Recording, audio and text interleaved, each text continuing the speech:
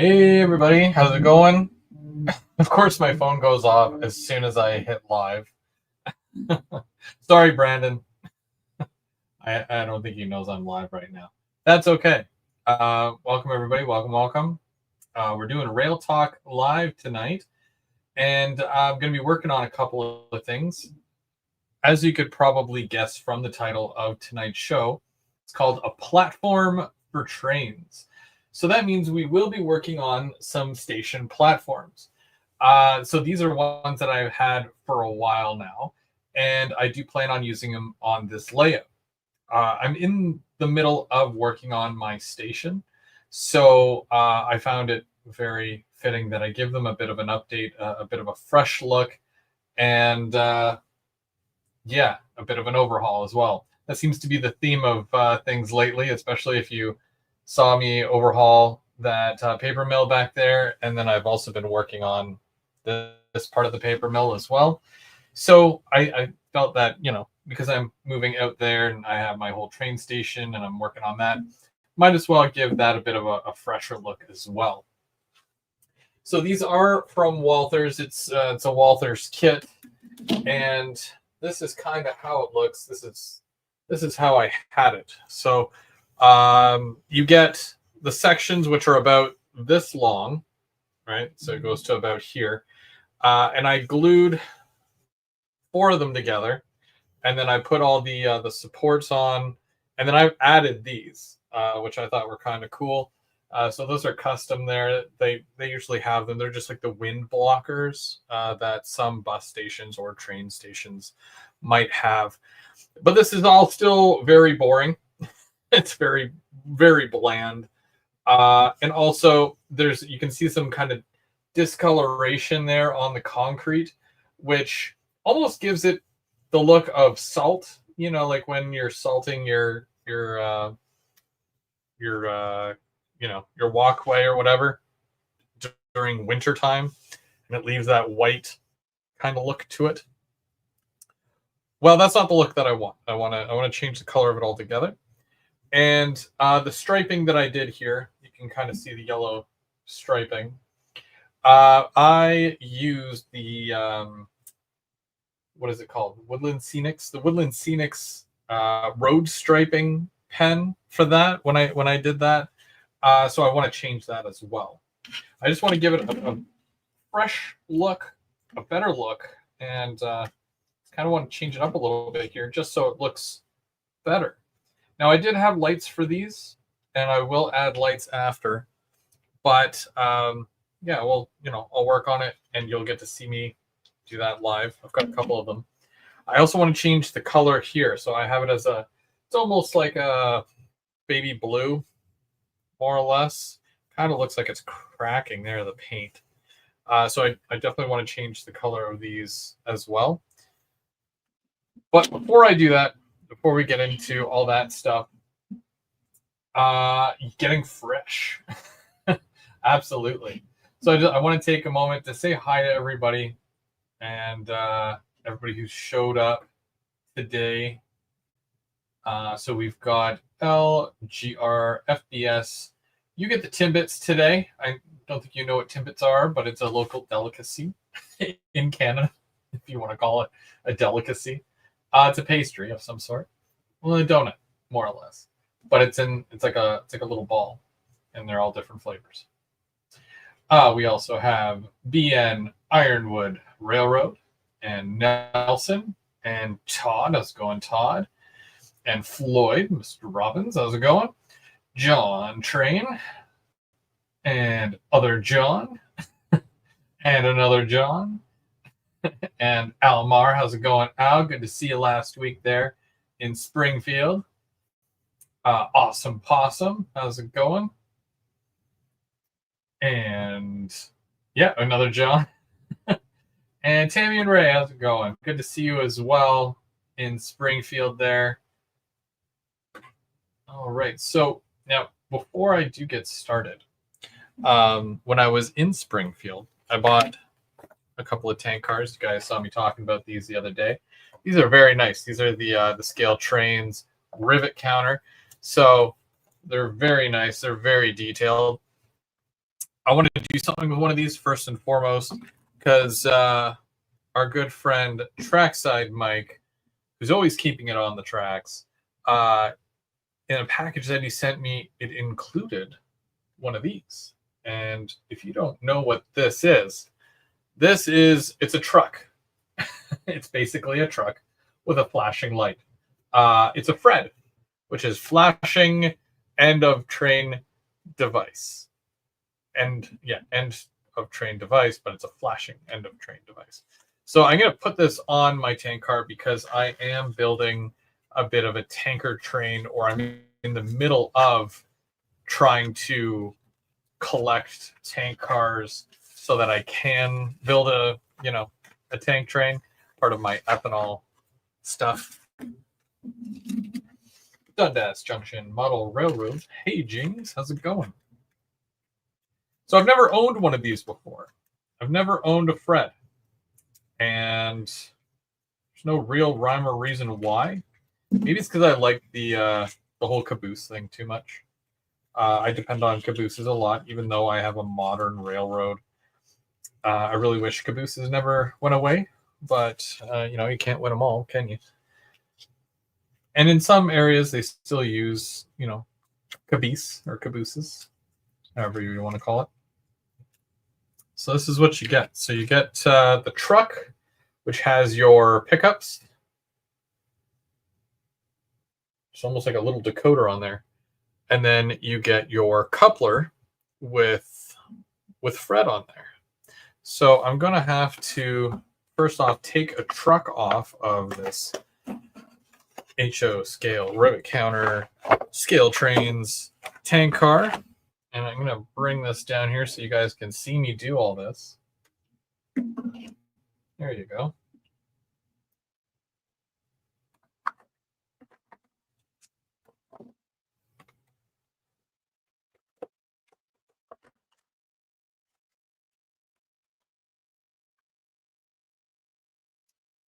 It's pretty. The only thing that I think that will kind of suck with something like this is that this truck is so nice because it has roller bearing caps on there. It is what it is, but we'll switch it out, and we're gonna have to take that coupler off of there so that I can put this coupler in. I'm wondering. Let me just check I just want to check my tank cars here, just in case, because it's really nice. So I have like the roller bearing caps. So I don't know if I do want to put that on. I didn't think this one through. I might put it on this Procore because there's no roller bearing caps on here. That might be a good idea.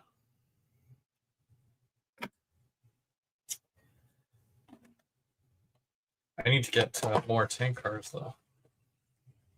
As if I didn't have enough already. Let me take a look at this one and see if this might be a better choice.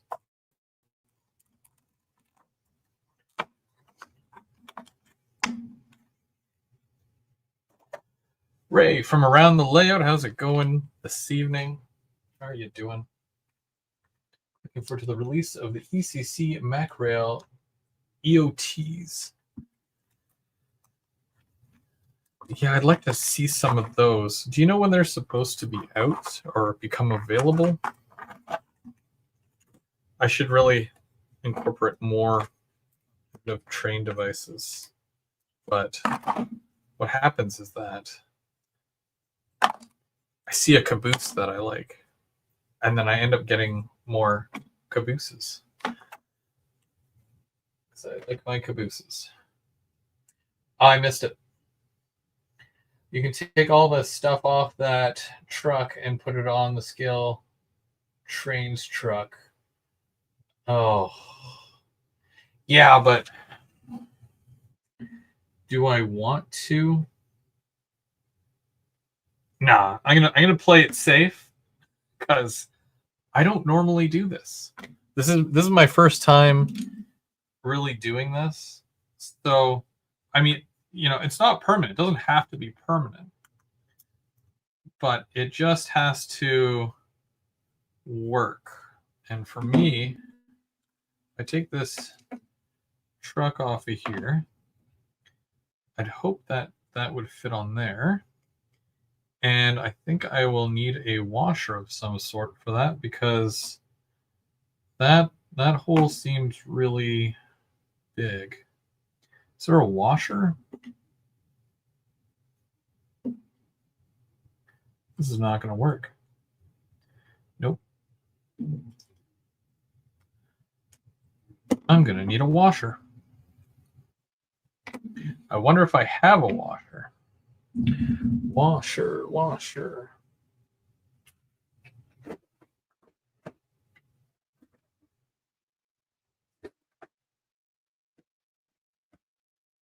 I know I have a thing somewhere. Aha. So I have a bunch of stuff in here that might be useful. Is a washer one of those things?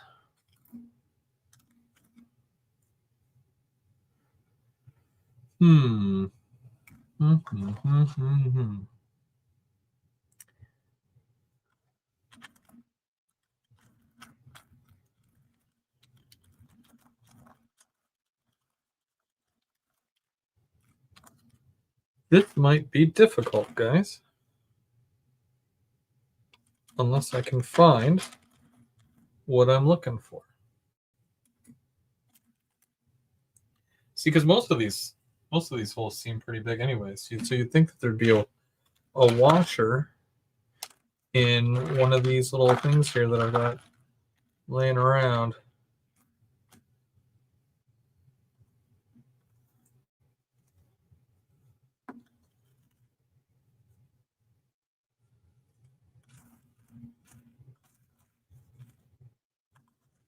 That's what happens when you don't look into what you're doing first. You just kind of do it. So, do I have a washer? I don't think I do.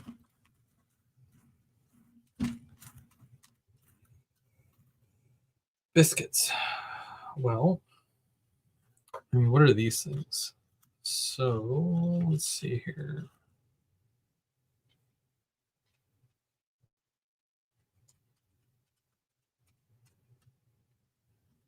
Oh, maybe that'll work. Probably not. Okay, so that's not terrible, but will it work? That's the real question.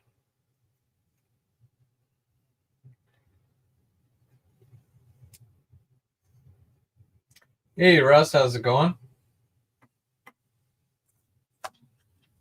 I also found more rail joiners, which is good, because you can always use more rail joiners. If this works, great. If not, I will change it back, and I won't hesitate. I'll just put it back the way it was and be done with it. And then I'll just have to find some washers at some point, because I'm not going to stress about it.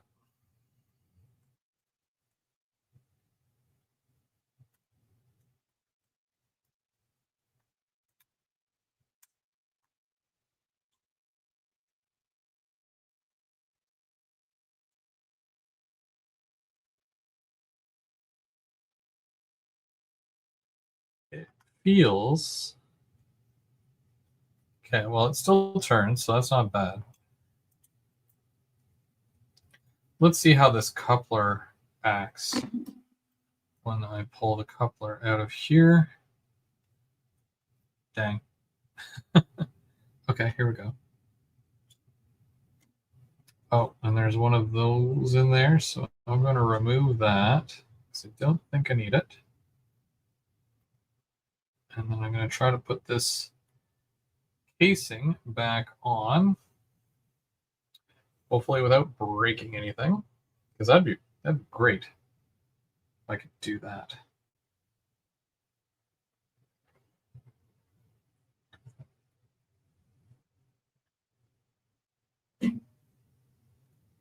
I need to do more of this stuff. Yeah.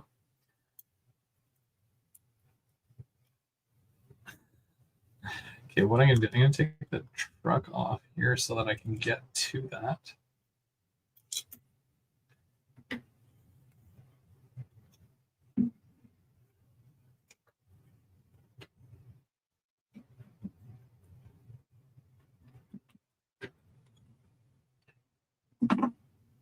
Oh, no, that's upside down. So I'm gonna put that like that. And then I'm gonna try and make this fit this way. You want to make sure that your coupler is not upside down like I was about to do.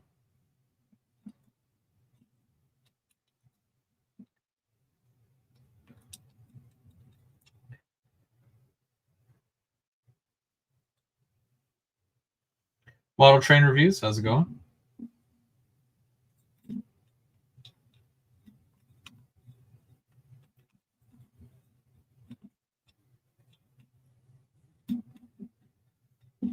This is tricky stuff.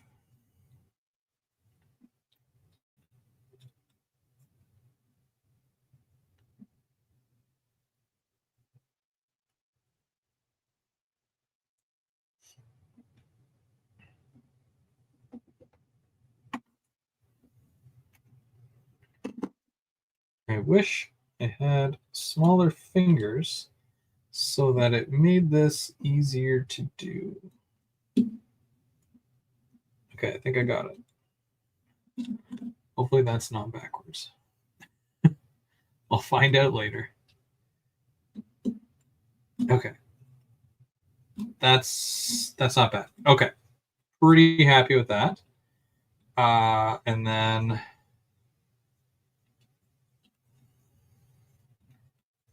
I somehow need to get this on here, this, and hopefully that works.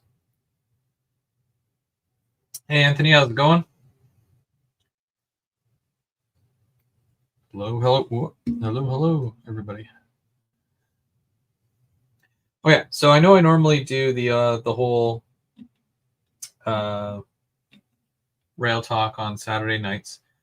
Next week we're doing the first run at the club, but like I was telling you guys at this month, so starting actually they did the setup today.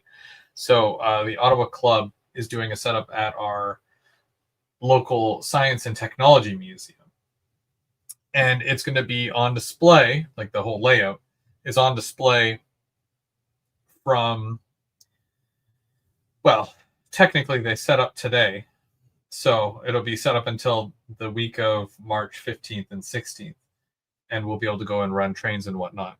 So next week, next Saturday, is the first time that I'll be able to go and run trains at the club. I worked all day today, so I didn't get to go help with the setup. But yeah, so I'm not sure what time I'm going to be home. So instead of me rushing home to do one of these, Mike from Trackside Mike, you guys know Trackside Mike, he's doing a live show on Saturday, which I might be able to join in depending on what time I get home.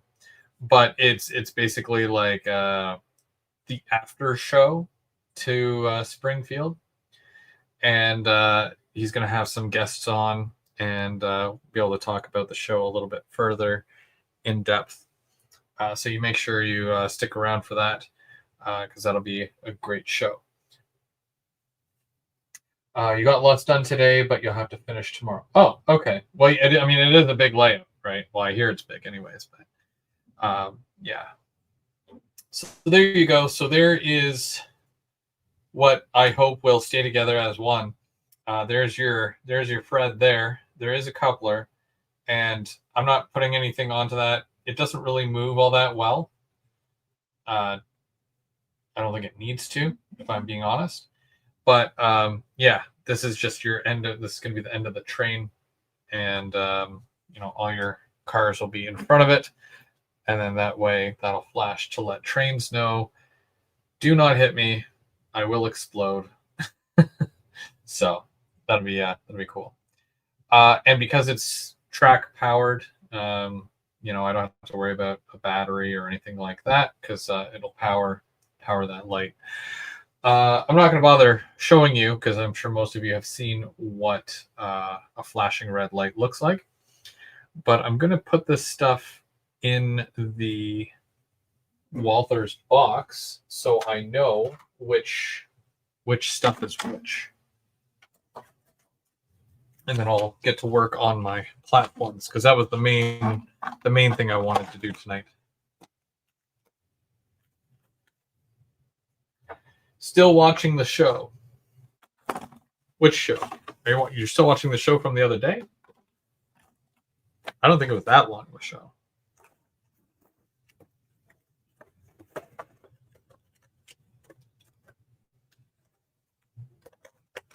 Alrighty. So that was fun. Thank goodness I don't have to do that with every single train, or train car, I should say. And I got a couple more tank cars there for my tanker train, which is always fun. And I don't know where these trucks go. I think they're extras. And I'm going to put these just right behind me on the layout.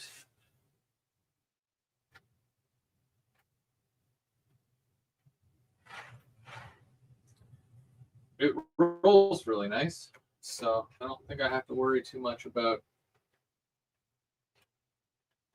it coming apart or not working properly. But I will probably have to get some washers for that. Hey, Steve, how's it going? If there's anybody else that I missed, welcome. So, taking a look at the train station. So, one of the first things that I want to do is I want to repaint this. I've got this concrete color here that I was using, and I really like it. So, I will probably use that.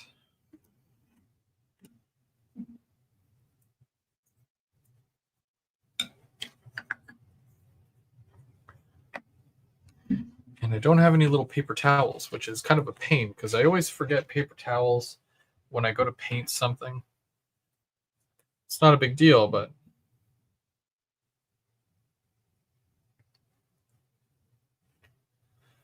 I seem to be really... I don't like the word flustered. More annoyed than anything. You guys ever get attacked online? Well, I sure do. Haters are crazy.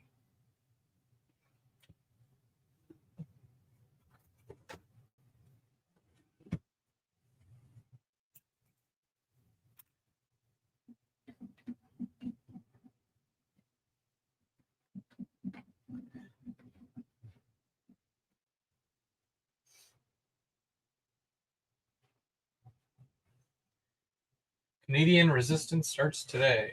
Yankee anthem already booed at hockey game. No longer buying American products to support my neighbors. Well, these are crazy times.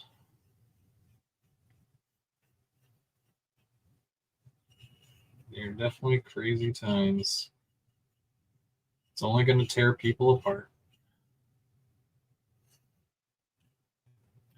Trolls are the worst.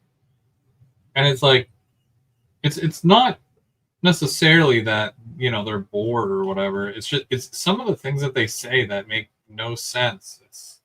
They assume things, and then it just makes them seem just bitter, you know. Like I love this hobby, and you know, it's one of those things where like I take time and I share you know, my experiences, I share my likes, my dislikes, and then, you know, then there's the people who don't agree with you, and that's fine. I would never really go on to somebody else's channel and be like, "You're wrong," you know, and then proceed to, you know, mock them or whatever. But This is the world we live in, right? I think that when you put yourself out there, you're basically opening yourself up for that level of criticism. Is it fair? Probably not. But again, that's the world we live in. But I still do all of this because I love the hobby. I don't do it for the people who don't like watching. I do it for the people who do like watching. If you don't like what you're seeing, you know, politest thing to say is there's the door. You know what I mean?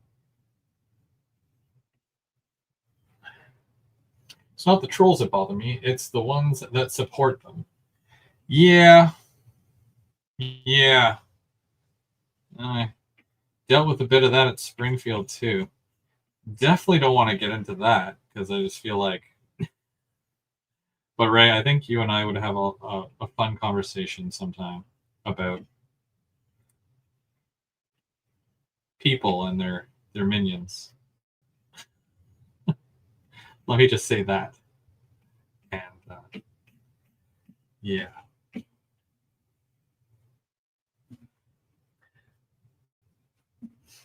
No, Ray's not. Ray's cool. So.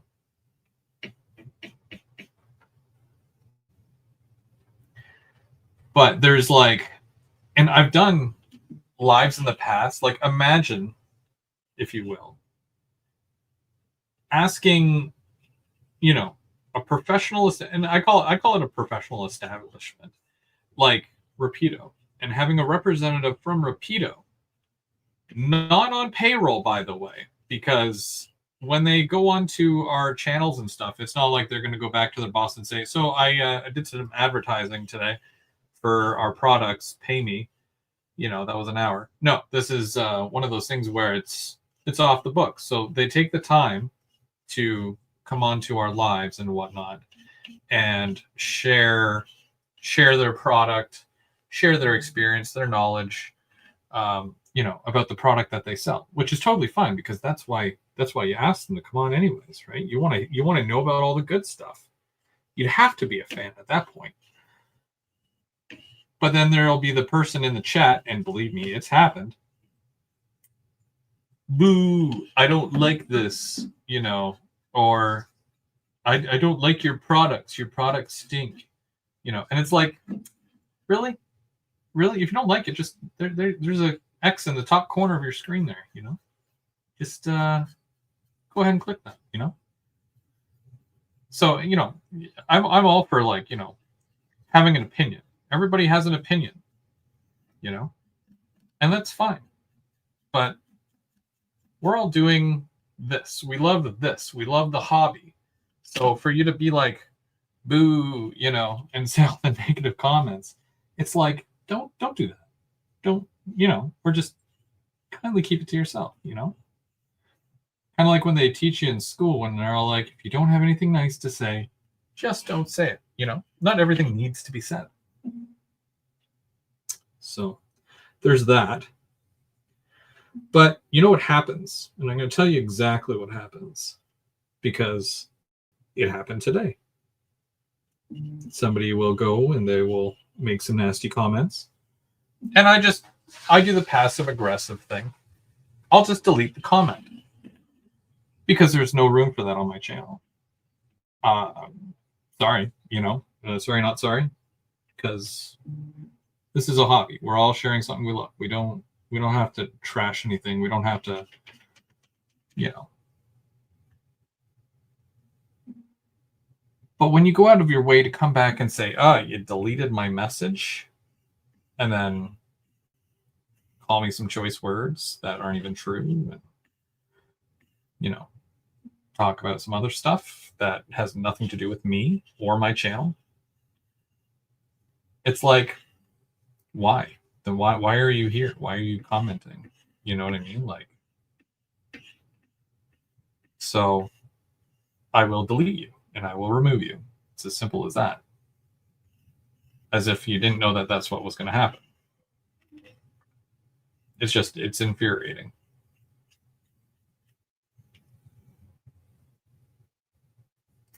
Do your kids run trains on your layout? Yes, when my layout is running. Right now, not much is happening because I don't have a loop. My kids ran trains on my old layout when I had a full loop. But right now, I don't have much of a loop, so they don't really.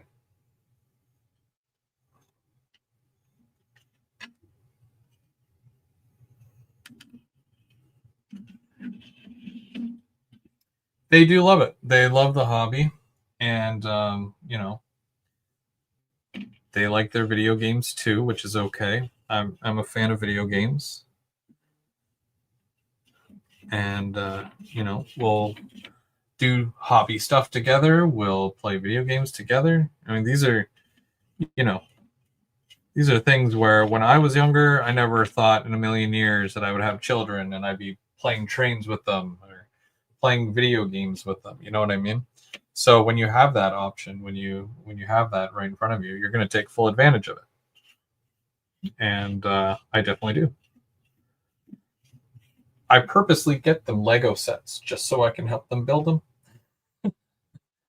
Just because. I grew up on Lego and all that stuff, so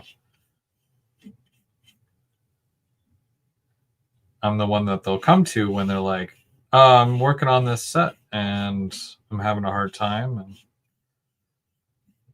we're like, oh, I know a guy who's really good at Lego sets. Lots of experience. I'm mostly talking about myself when I do that, but they get it. My train building looks like it vomited Legos. We started laying down Lego track today. That's fun. I'm sure when I do an update, you're going to see my son's kind of Lego layout because of how my helix is for my HO scale trains. It's up a bit, so I have his Lego train going around the bottom level of my helix, like underneath the helix, and we have to expand the table a bit so he can add a city. But he's already building quite a bit with the Lego, so it's going to look good. Just remember, your layout, your rules. Don't let anybody else tell you how to enjoy the hobby.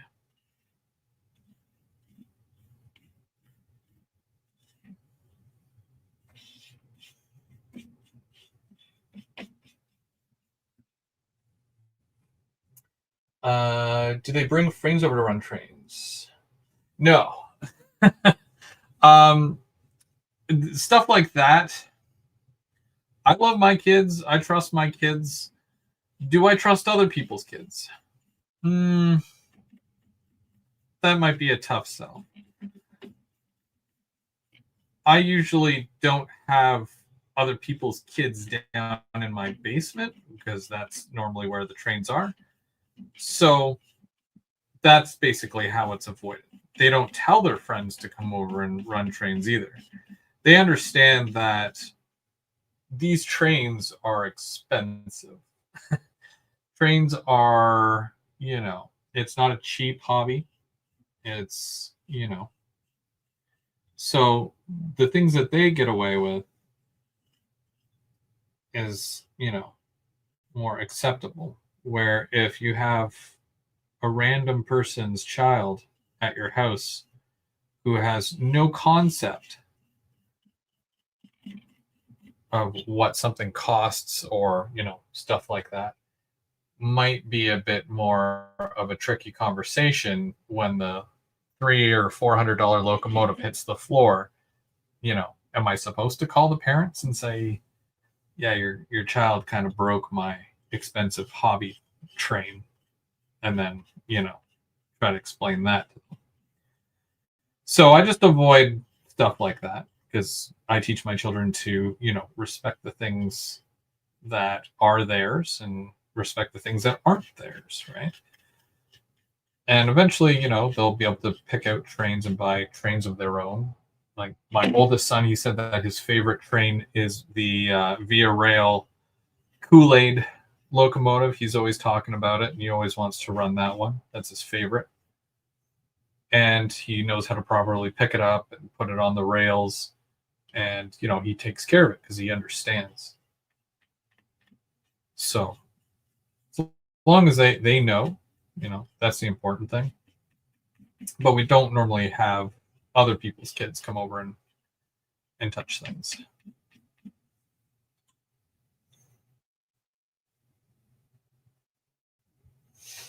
I did Lego trains with my son when he was younger. That's cool. James was nice enough, and he had given us some more track because we only had so much, and he had some extra track, so he had given us some. That was very nice of him. You can never have too much track, that's for sure.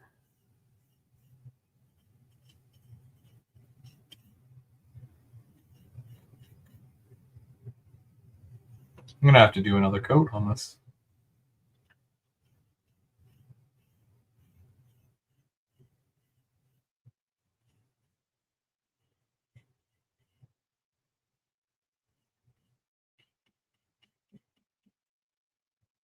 M&M Rails, how's it going?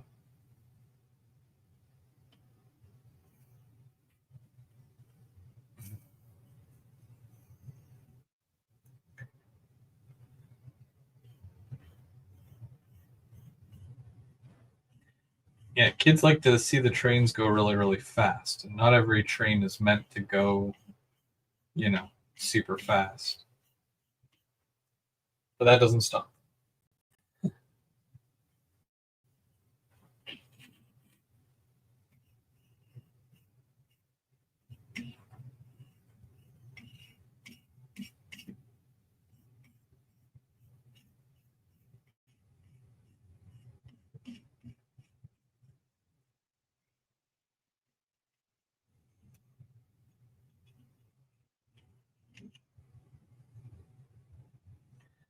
So this color is not too different than the color that's on there. It was more of a gray, where this is more of a tan gray, an older style concrete. This is a station platform.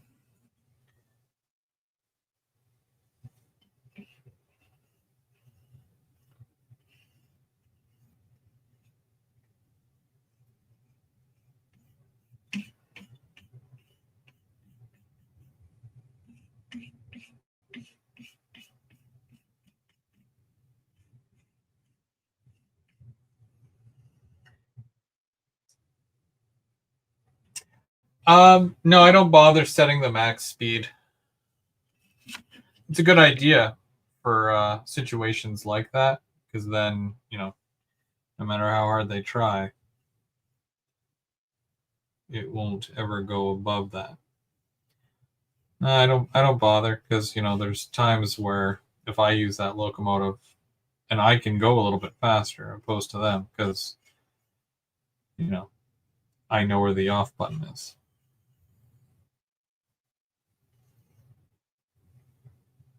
So, my trains are basically their trains. They have their favorites. There's the ones that they run, and then I run a little bit of everything. So.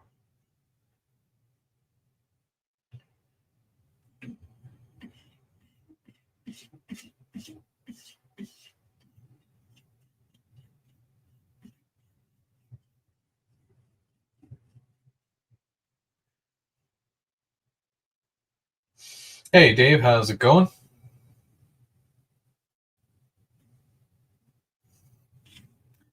Well, thanks for joining us.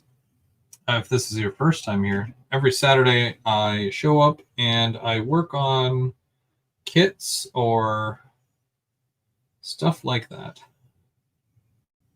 Right now I'm repainting some station platforms that I've had for, I'm going to say, several years, because they were on my old layout.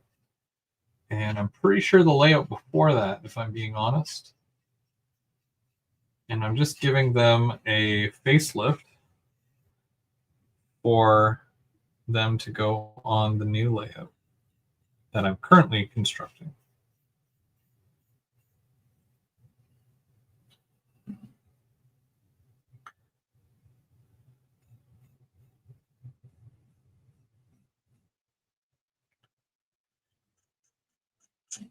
And I'm just using, this is just an acrylic paint, by the way, nothing too crazy. But I do mix my own colors because I don't want to have all the same colors, if that makes sense.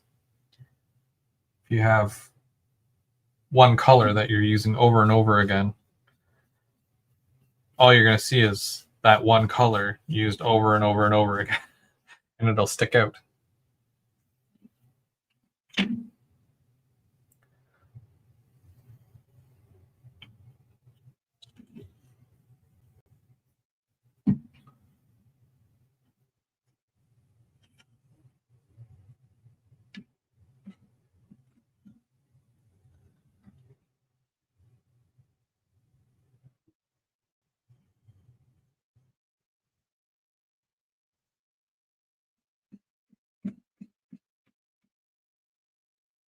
What had happened was when I went to Ballast, got some of the alcohol spray on here.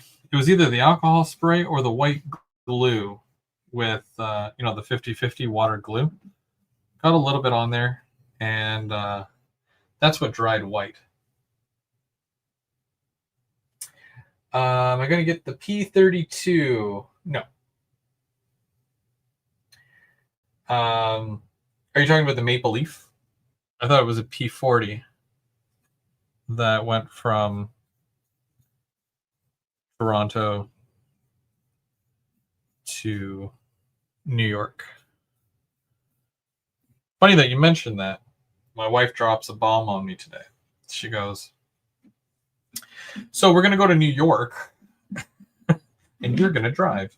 And I'm like, oh, okay. So that's going to happen in a couple of months. I wouldn't mind taking the train, but apparently it's 7 hours, or no, 11 hours, sorry. It's 7 hours to drive, but 11 hours to take the train. So kind of a tough call there, right? Not that I want to drive downtown New York. Yeah, right. Well, Mark, you're coming with me. You can be my Sherpa.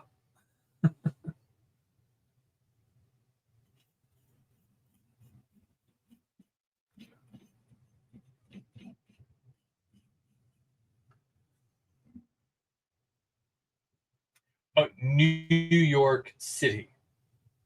And it's Heath. You say New York 3 times, and Heath shows up. New York, New York.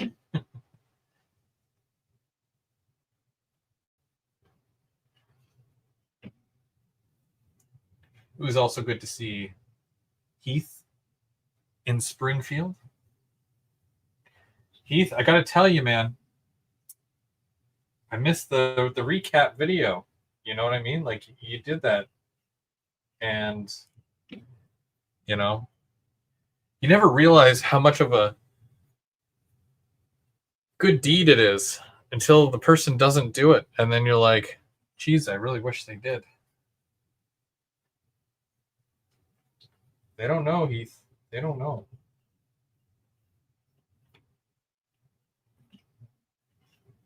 But I do not blame you because I seen you in that apparatus last year, and my back aches for that. And it's like, no way.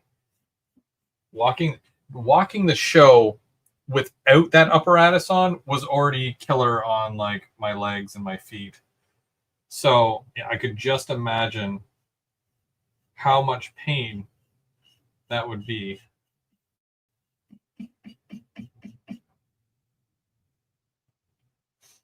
Yes. We'll think about it.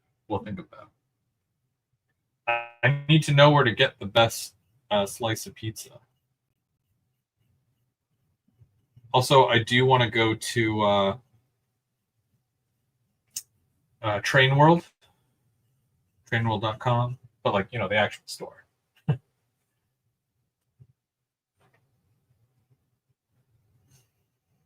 Train to Amherst, best way to go.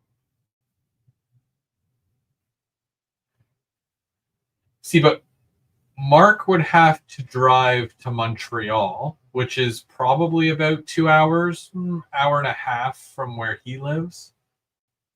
And then he'd have to take the train, which would be 11 hours. So that might be a tough call. But I mean, like, if you've got time to kill, it probably wouldn't be, too bad.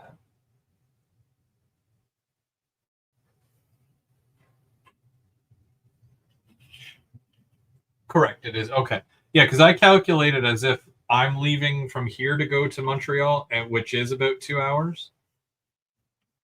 Because you're like 30 minutes away from me, not even.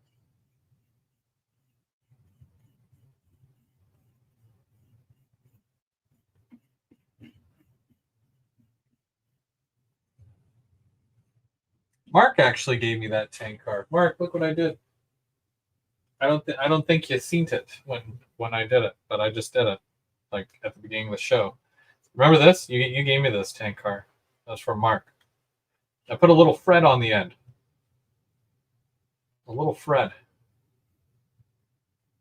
So I'm excited for that. Slowly building the tank train. And then after I'm done my tank train, I have to switch over to intermodal. I will get an intermodal train, I promise.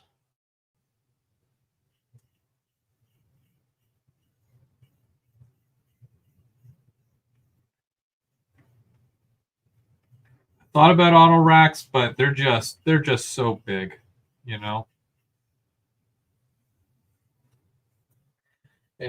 If we had gone to Springfield this year, we're going to take the Barrie, go to Union, and then Amtrak.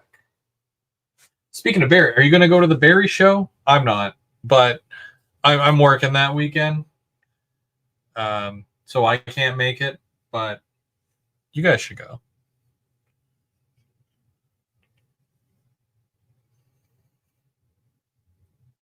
We stayed in Jersey when we went. Bust into the city. Is that what you're suggesting, Mark? Because we're kind of half looking for, information on that. What would be best. That looks okay. I'm gonna let that dry. I'm gonna bring on the smaller ones now. Got a couple of small ones here. And there is still ballast. I should have really done something about that before.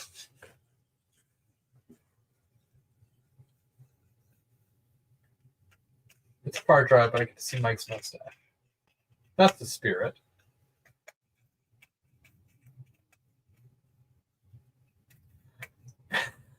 Hey, Bubs. So, now how you said that you were going to call me back?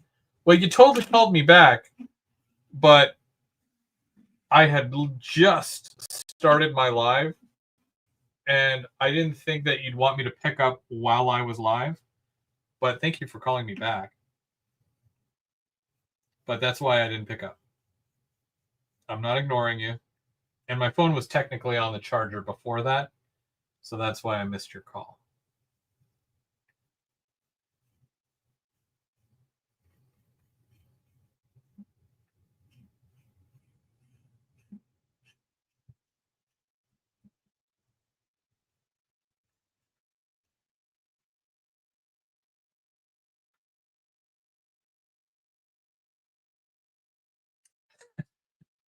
But this frothy, ice cold, non-sponsored bottle of Coca-Cola.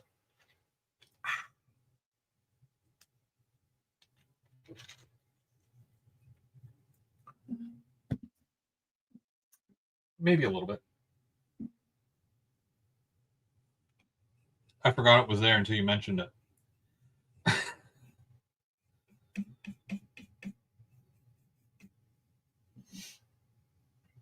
I did try to call until I saw the time.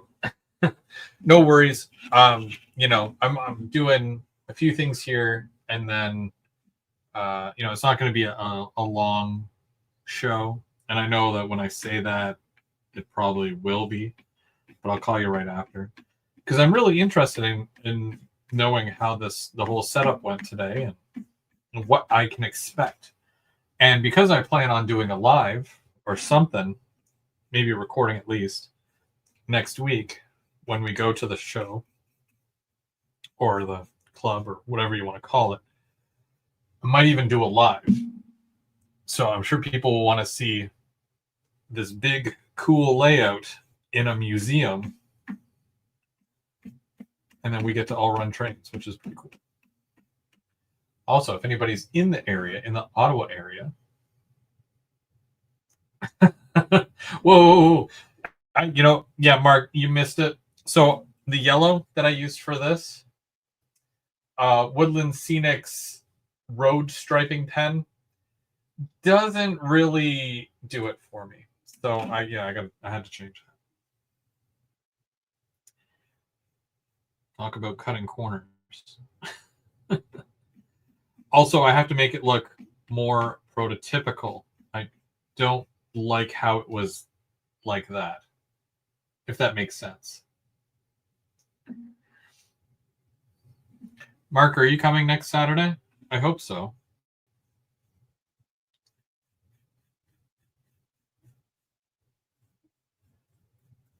Now that Perry has a turbo train, we got to all watch him run the turbo train.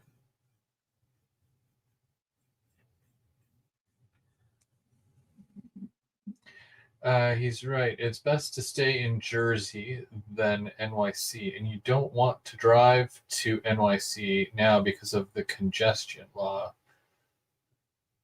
Best to take the train. Take the train. Hey, it's not me you have to convince, it's my wife. I even said to her, I said, yeah, train's the way to go. I said, let's hop on the Amtrak and, but we're not going until April. So I don't know if that whole congestion law thing is, I don't even know what you're talking about. I'm going to be full on honest with you. I don't know about this law. I just really want to ride a train, you know what I'm saying? But yeah, I was just like, I don't want to drive for like 7+ hours. Let's take a train. And then she told me it was 11 hours from Montreal. And then it's like, where am I supposed to leave my car? At the train station? I don't know if I trust that.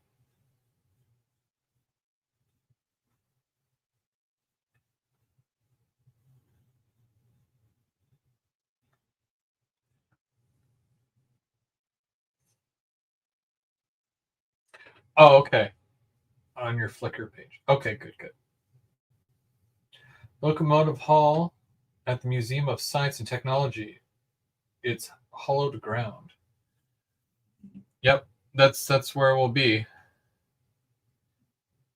Going to use Walther's tire plant as the base kit. Yeah, that's a good kit.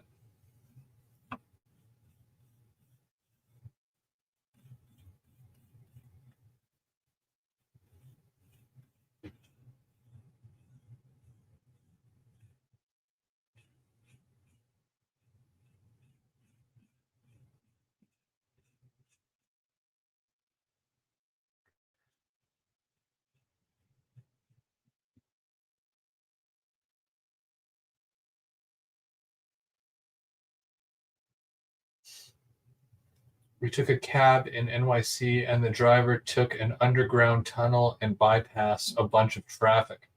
Felt like Batman. Were you wearing your cape again? Your dress cape? Can't take this guy out anywhere.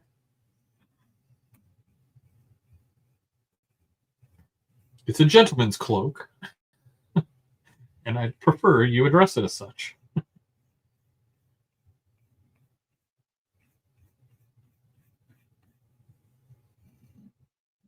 Hey, Dave, how's it going?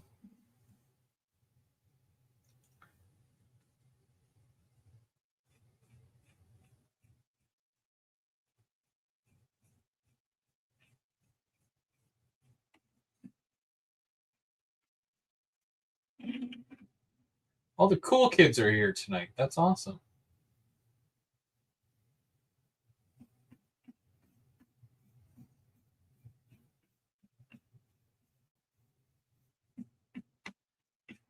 So yeah, for next Saturday, there's no rail talk, but we'll be over on Mike's channel. Mike's doing a live. I think it's at 8:00, and he's going to have some guests on. So we'll just have to pick this back up the following week.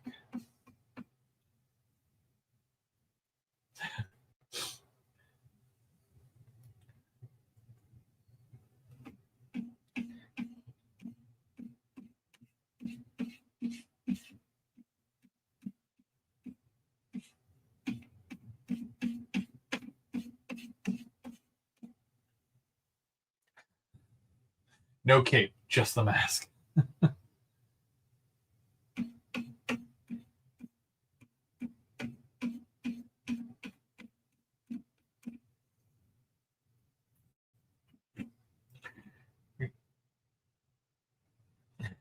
My intro music for GVO After Dark. Thanks. Yeah, just in case you missed it, the story behind that. So, trying to refresh my memory here. N-Scale Dystopia. He messages me one day because he does the first Thursday in every month now, and he messaged me one day. He's like, "Are you sitting down?" And I'm like, "No, but I can be." And then he's like, "Check your email inbox," and I'm like, "Uh-oh," because usually when somebody asks you if you're sitting down and somebody asks you to check your email, you get kind of, uh-oh. Right? So I did. And the title of the email, I think it's a theme songs or GVO theme songs. And I'm like, this is going to go one of two ways. But I'm going to reserve my judgment for after hearing all three. But I didn't want to just listen to it. For some reason, the way I am, and I'm sure you married guys out there might be able to agree, is that even though my wife doesn't, care too much, she's very neutral with everything. I decided to, relocate and go to where she is. And I'm like, Steph, I need you to listen to something. I'm going to listen to it too. And then I want to know what you think. Because I didn't know what to expect. And then I played it. And if I was like a fly on the wall, I'd probably say, what's with the dumb look on this guy's face? Smiling with a grin from ear to ear, because I had no idea that it was going to be like that fun. You know what I mean? Like, I just didn't know what to expect, and then it was like that happened. So I was blown away just by the fact that it had lyrics and it mentioned my name and Mark, and everything rhymed. So, due to contrary belief, I did not sing any of that song. That was not me singing. I only do that in the shower, and no one ever takes a tape recorder in there. So, but yeah, I listened to the first one and I really liked it. And then I listened to the second one. I also, I liked that, but my wife and I agree that the first one, which was also the shortest, you guys haven't heard the short version yet. I played the second one as the opener, which is a little bit longer, and then the outro was the really long one. And Mark and I were rocking out to that for some unknown reason. But yeah. Yeah, and then we brought out our lighters, or well, our phones anyways, that, as if we were at a concert. Yeah, it's fun. It's meant to be fun because, that's personality wise, that's how we are, right? Mark's lots of fun. If you've ever hung out with him, whew, so fun. He's like the funnest guy I know. But this fun guy needs like a theme song. So now the fun guy has a theme song, and yeah, it is pretty catchy. But I'm like, so I messaged Denny, because Denny, that's his name in Scale Dystopia. I messaged him. I'm like, okay, so like how, and I used sailor language. I said, how did you make that? And there was a couple of swears in there. Not gonna lie. You can imagine, put two and two together. And he's like, oh yeah, so artificial intelligence. I'm like, get out of here. I thought that was only good for like, stupid things. And he's like, no, I did it with AI. But the neat thing is that when it comes to lyrics, in order to say certain words, you have to almost spell it different, if that makes sense. So for like O and R, you can't just put an O, the letter N, and the letter R. You have to put OH, EN, and ARE, so that it'll pronounce the letter to which you're trying to get it to say. Stop it. He's doing it on purpose when. But anyways, so yeah, so it I don't know. He said that he had added some of the lyrics, so I didn't know that Denny was a lyricist. He looks like he could kill it on a keyboard. But yeah, I was shocked. And I honestly, I couldn't wait for you guys to hear it. I almost played it that one day I think it was a Third Rail Thursday. And then Mark's like, no, don't. You got to save it. And I was like, dang. And I was like, fine. But then he also did the picture too. If you guys saw the thumbnail with the neon lights and the F40, he sent that long before the songs, and he was like, here's a cool thumbnail that you could probably use. And so I used it,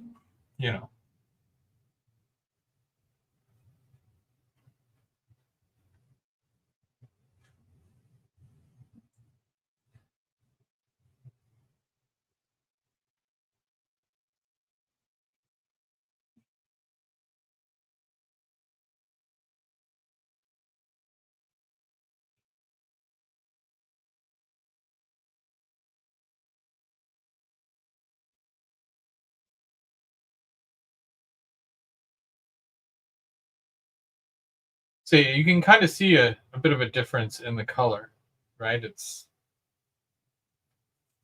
is what it is, but a metal song for Lily.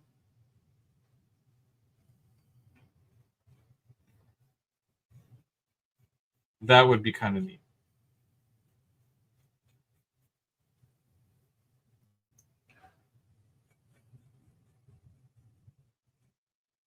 But the thing with Denny, he's such a good guy. I didn't ask him for any of this. And, you know, he's all about the hobby. He's all about all of this. And I think that's why he makes a really good fit in the, you know, the whole Third Rail Thursday Canada crew, blah, blah, blah, whatever you want to call it. Because he enjoys the hobby. He's very genuine with his passion for the hobby. So, such as Mark.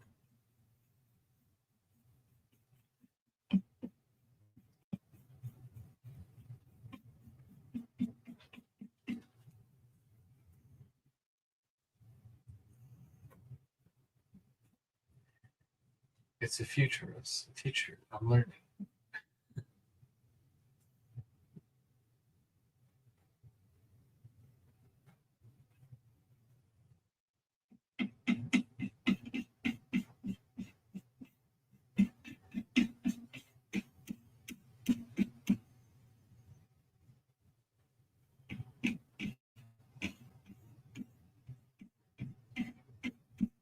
I'm gonna have to wait till these fully dry in order to do the lines.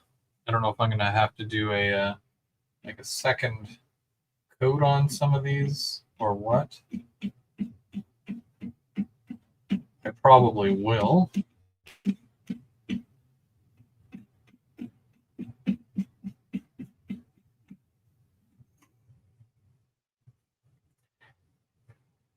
For your NYC trip, do both. Drive to Saratoga Springs and stay the night. It's a nice historic town for wealthy racehorse owners. Then 4-hour Amtrak from there. I don't know if that would be my crowd or not. I mean, I look sharp in a polo, but I don't know.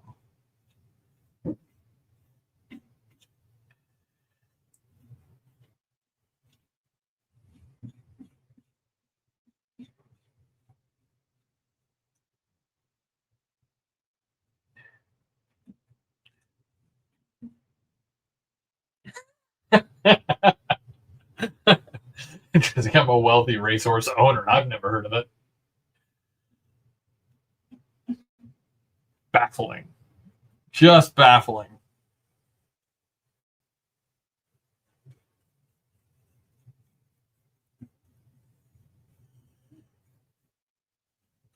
You're not who you say you are.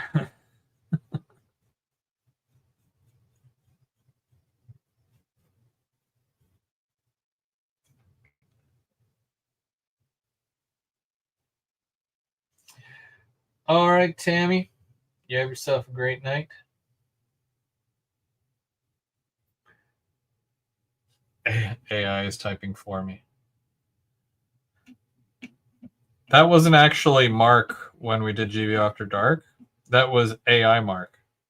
That's why I had to wait a moment before the responses. Because you have to give it a second to generate a response. I'm like, Mark, how do you feel today? And then he's like, I do not know how to feel.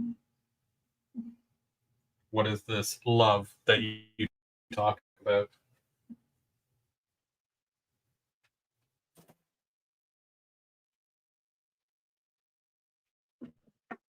I was not programmed to love.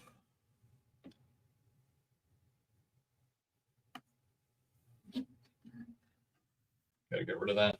But yeah, these go on here like this. Ooh, fancy, right? But I don't like this color. I want to do like a kind of like that black brown that you'll see some corrugated metal or roof metal stuff type thing. You know, you know what I'm talking about.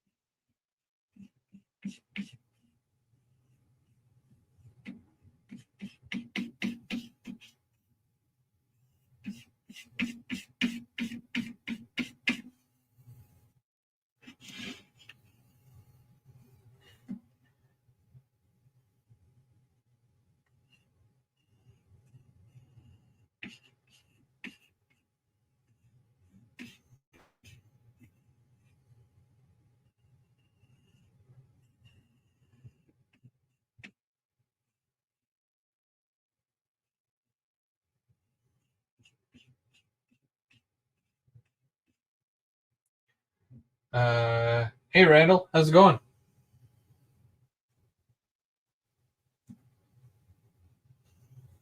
Where do I put this? Um, just going to be listening in the background. Oh, while you rest.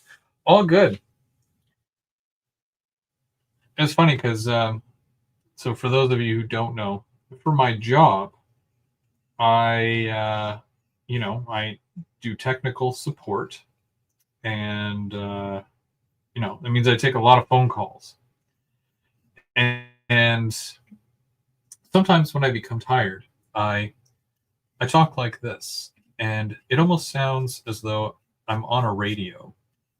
And when I use this voice, it seems to be more receptive with clients that I'm speaking with. And I sound very professional, as you could imagine. So the other day, and it was yesterday, I had received a phone call, and the person that I was speaking with, they're really funny. But she goes, you have a lovely speaking voice. It's very professional and very soothing. And I'm like, that was not on my bingo card for today, but thank you so much. Because, no one ever does that, right? No one ever tells, oh, you have a lovely speaking voice. And I guess I was just really tired. And I was speaking very, not necessarily monotone, but I was speaking very calmly and in a way professionally. Because when I talk normally, I don't talk like that. But yeah, I don't know. Just thought I'd share. Because he said that he was listening in the background. I said, okay, maybe I will use some nice ambient sounds, talk softly. And then Randall will then eventually fall asleep and he'll have a good night's sleep while we're working on trains.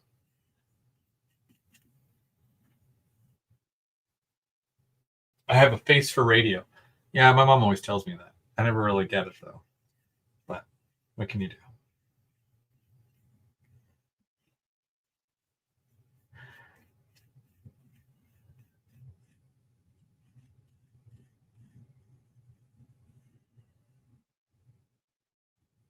When I get tired, I sound like I'm drunk. If you want to hear me actually tired, go watch that live that Mike and I did from the Saturday of Amherst. I was so tired, but it was more of a my body hurts kind of tired than a ooh, I've been running around all day. No, it was a my body hurts. My legs hurt, back hurts, everything hurts. There's some pains that Tylenol cannot get rid of.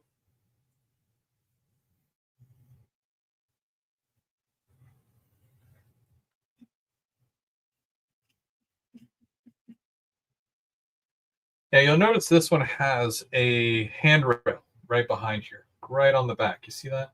And it goes the full length. I like that because where this is going to go, that handrail basically separates the passenger service from the freight. So the freight's over here. And you don't want your little people, because they run around at night when you're not watching. You don't want them to run out in front of your trains. Got to keep that, everything working and keep them from jumping tracks. So we got to put a one of these, or I guess a couple, on this one as well, because this goes right beside this. I'm making a really long station. And when we talk about going from old layout to new layout, because we've done it before, we've done it multiple times. We always have this conversation, right? Well, what would you change? What would you do differently on this layout that you didn't do on the last layout? What would you do again? Stuff like that. One of those things is my station platforms compared to, and I'm talking size wise, compared to the size of the train. So where this platform here is only 3 feet long or a meter, depending on where you're from. Uh, because it's only 3 feet long, and my trains are normally passenger wise, they're normally about 6 or 7 cars long. That's only half the train. So only half of the people are getting off the station. And that's the way it's been for several layouts. And I got to tell you, I don't like it. You know, when you have the space, you should idolize the space and you should make it make sense, you know? I know in most cases, if we're doing something realistic, you know, you want a really long platform because usually the platforms are even longer than the trains themselves. But I want to do a longer platform. So with this, because I'm doing it much longer, the train cars themselves are about a foot long, 11 to 12 inches long, usually. And I can fit about six and a locomotive within a 6 foot span, couplers and all that as well. I'm not sure of the exact length, but anyways, I figure if I make it a longer station platform, it'll look more realistic, right? So that's kind of what I'm going for here. Because I only did a 3 foot long station in the past, and I got to tell you, I don't like all that overhang. Doesn't sit well with me.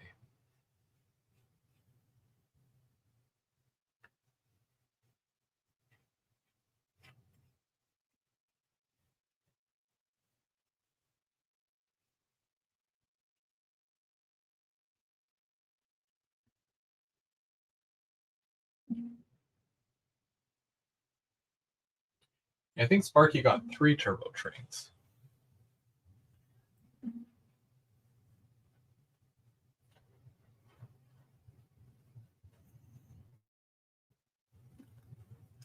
The summer Canadian is 18 cars. The platform at Washago is not that long. No, when they get out to Vancouver, they split that train right in half, don't they? So one set of cars is on one station track, and the other half of it is on another, right? I'm pretty sure. Pretty sure I read that somewhere. But I just mean in the sense, if we're looking at, Toronto based Go Transit platform, platforms, typically, you know, you would have the station platforms a little bit longer. So that's what I want to do here.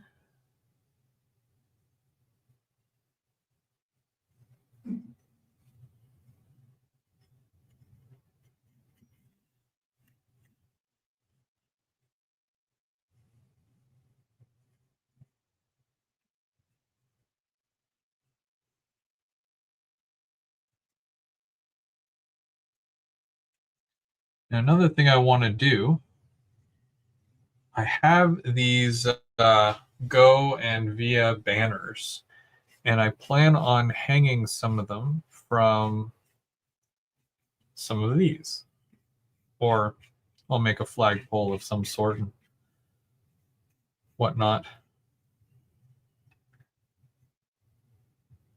I don't actually have a specific train station look that I'm going for here, except I've been looking at a couple of different Toronto based ones. But where this is going, it's not prototypical because this is right where Mac Yard is. And there's no train station at Mac Yard. So a bit of a stretch, but it allows me to have a bit more flexibility with what I do with this. So then, my layout, my rules. So.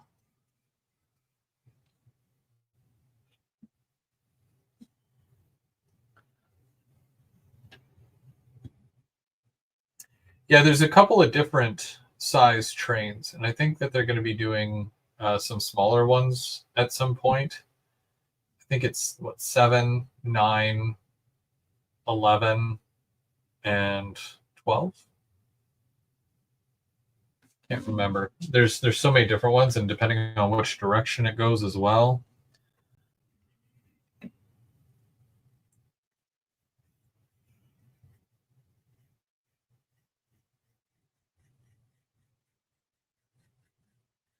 But I normally run 6 or 7 cars.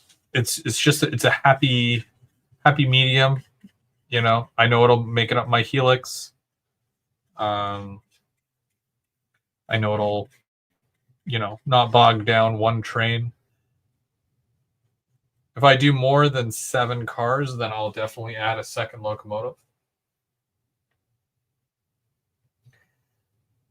I guess this Scale Trains SD40-2 I bought doesn't have step well lights on it. Yeah, you guys were saying that the SD40 Bowser that I bought has Keep Alive,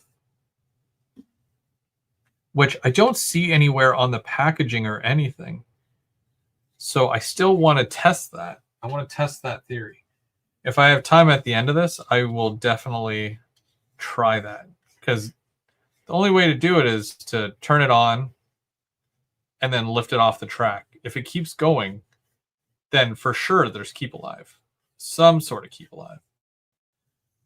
But guys were saying that any Bowser 2024 or newer will have a version of Keep Alive on it, which I don't ever remember seeing any advertisement or notation on that. So, I mean, that'll make me really happy if that's the case. And it's not that I don't believe you. It's just I've never heard of that.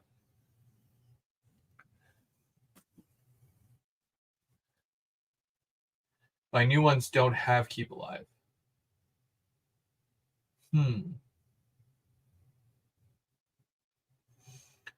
How about the old Ottawa station now? Convention center, nice shelf layout with the Rideau Canal alongside. Just like Ragu, it's in there. Ray, have you ever tried a Bowser before? I don't know if you've ever tried a Bowser.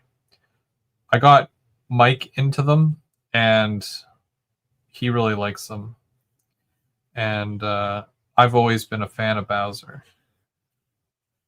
They do a lot of Canadian stuff, for sure, but they do have, some Canadian Pacific, and of course the CNs that are coming out with the wide cabs.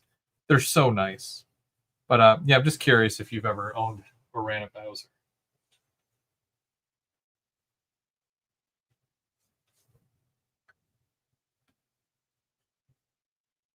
I know you like your scale trains, though.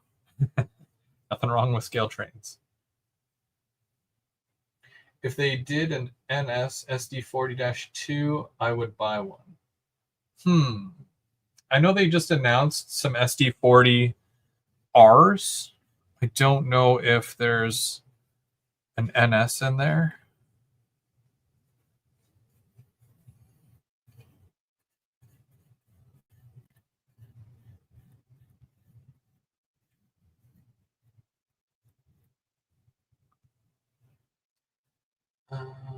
RS3 looks, runs, and sounds great. Yeah, RS3s are cool. I like RS3s. Do you run yours the long hood forward, or do you run cab forward? Should be long hood forward with those, right? They're real neat looking. My experience with Bowser is that they're really nice locomotives. They're not as potent on the drawbar as Scale Trains is. To be honest, I've never tried a Scale Trains locomotive, but I'm still waiting for something that I could probably use.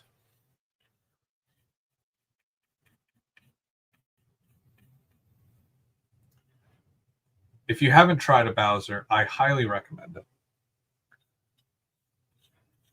Like, the locomotive, for what it is, at the price point that they sell them at, it's crazy. It's it honestly, yeah, it's crazy.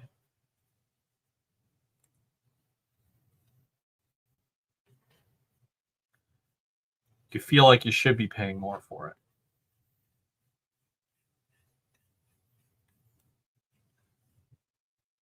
I have one Bowser, a C628. Sounds great. Nice.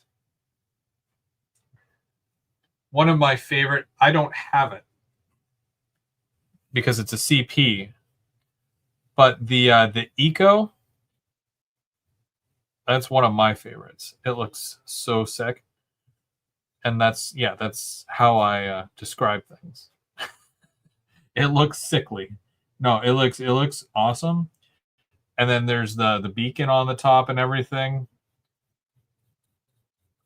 Honestly, so cool. Dave loves his Bowsers. Well, Dave, I'm sure a lot of your locomotives are O&R Bowser, right? They were nice enough to make all those O&Rs for you.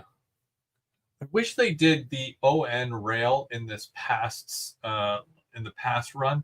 I know they did it in the run before that, so I guess they ran out of numbers at that point, and they didn't want to rerun more numbers.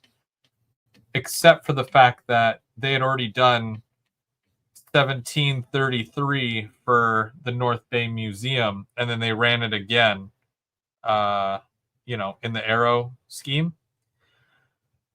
Not a huge deal, because a lot of people didn't even know that existed.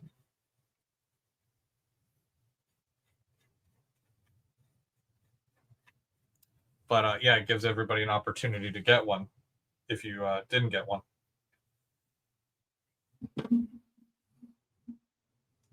Scale Train 6-axle locomotive can handle about 15 to 20 cars more than a Bowser. Really? I've never really, obviously, because I've never ran a Bowser, or not a Bowser, a Scale Trains.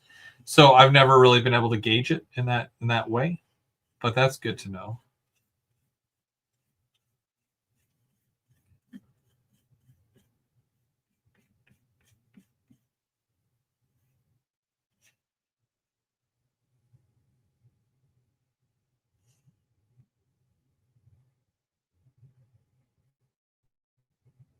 With room to spare.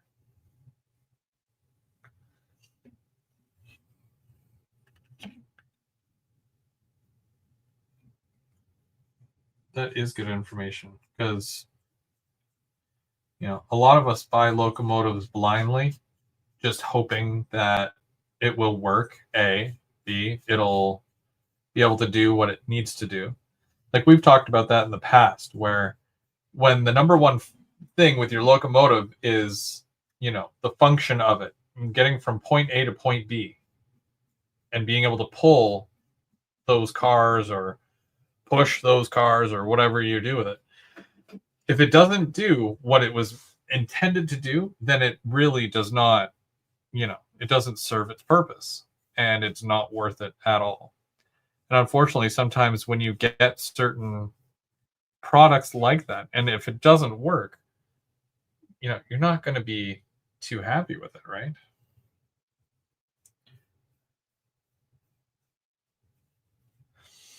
Are you using craft paint? It's an acrylic paint. I mix my own colors, and this is just, I mixed a concrete color, but it's aged concrete, and it applies nice. I mean, you can obviously see the finish here. I'll put a clear coat on that, but I gotta avoid getting this clear plexiglass here covered with the spray. I'll probably tape that up, but yeah, it's just acrylic. It's nothing too crazy. It's affordable. A lot of the paints that I get them from the dollar store, and I've never had any issues with them, except running out, because I'm always using them. That's the only problem when I run out. And then I get these little containers from the dollar store as well, and I mix my colors in there. And it helps because if it dries out or I don't need that color anymore, then I just toss it.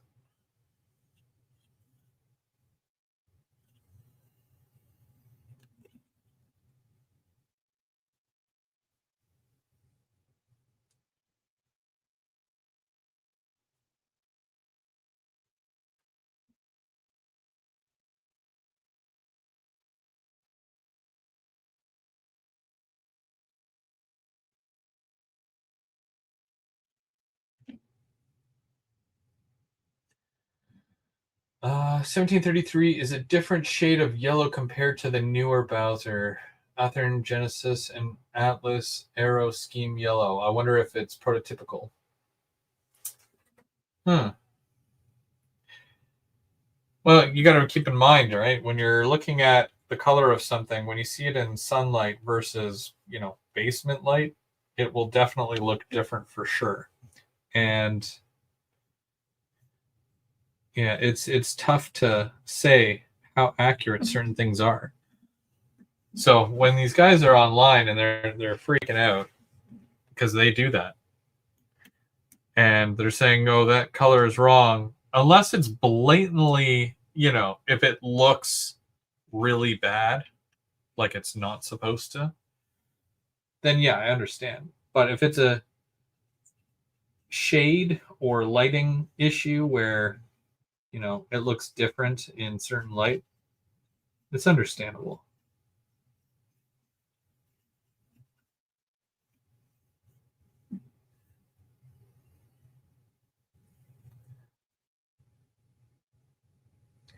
It's an ordinary post. It's like a collection of posts.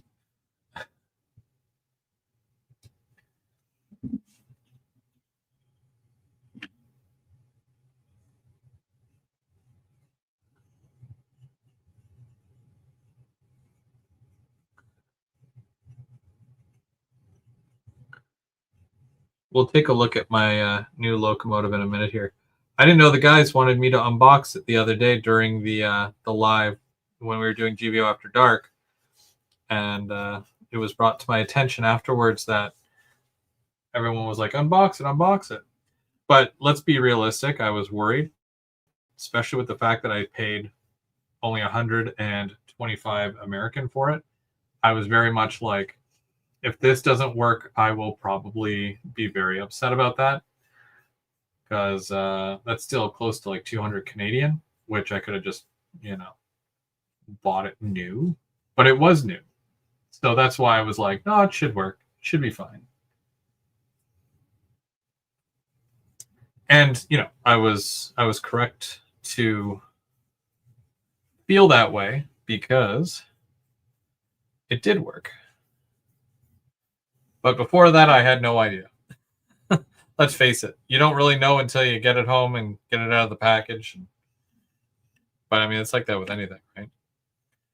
I think like Mike got me a locomotive a year or two ago. I think it was a couple of years ago, and I tried it out, and it was dead on arrival.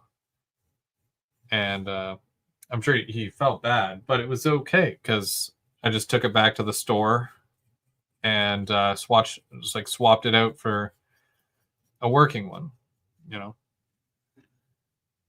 They were good like that, and you know they don't know. They don't test every locomotive that comes into the store, right?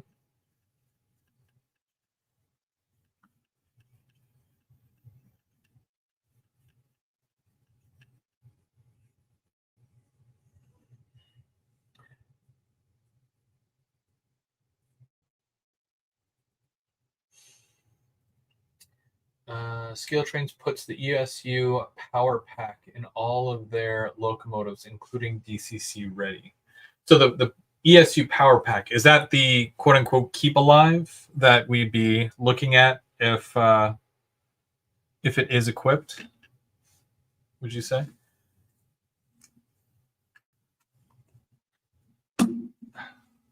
Because we're going to take a look at that right now. I'm not going to open the locomotive, but I'll show you.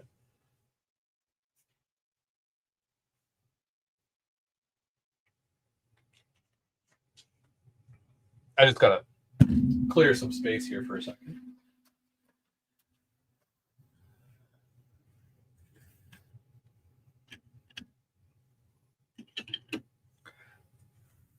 Because you're obviously going to want to see this.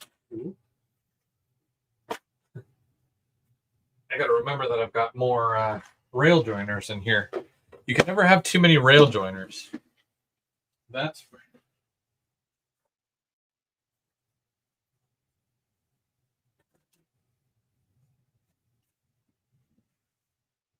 I've got my train station here as well. I got to kind of redo that too.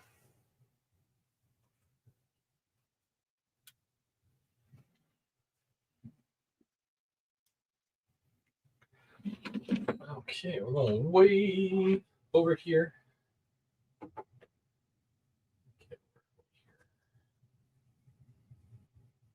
Neato. Okay, cool. Let's fix this. Here we go. And I'm just going to turn up the light a little bit here. Hopefully that's not too bright. Oh, that looks good. Let's see. If Intermountain would put a capacitor in their locomotives, I'd be more likely to buy them, as they're nice too. I mostly have Intermountain. Like, you can kind of... all those, except for those two there, are Aurora. But the rest of these, all my CN Heritage units, they are all Intermountain. And they're flawless. They are just fine, you know. But yeah, would it be nice? Absolutely. But I still really like it. Okay, so power cable. Here we go. And I don't think there's anything over on the track there that I have to worry about. No change from last night. From the night before. Okay. So this is the Bowser. This is the new one here.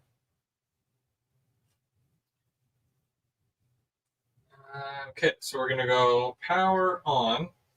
By the way, I use Digitrax. I'm using my old system right now because I haven't hooked up my new one yet. For all you guys that use NCE, this is gonna be very painful for you guys. But I don't know. Everybody up north here, we all use Digitrax. Everybody in Southern Ontario is NCE, and then I know a lot of guys down in the States are NCE. But I really like Digitrax. It's the whole Ford versus Chevy thing. I know they're, I'm sure NCE is totally good. Just, use what you're used to. It doesn't matter. It all does the same thing. So, well, to an extent. I know some people will say that, no, NCE does this and Digitrax only does this or whatever, but still. Let's see here.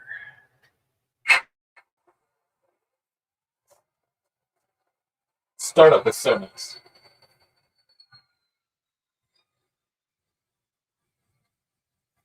So we do 0. Gives us the headlight. F5. When you cycle through it, I don't know if you can see that. Off, white, green, red, which is really cool. And 6, turning ditch lights. Now, I always have F7 on, which is the wheel flange. It's the squeal. So you'll hear it here.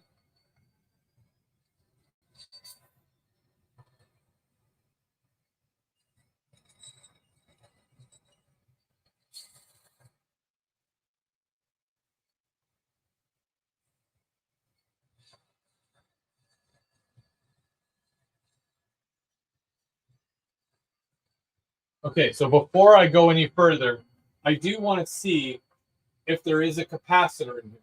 If I lift it up, it'll keep going, right? If I remove it and it turns off, there's no capacitor. No capacitor. So I don't know where all that information came from. I don't know.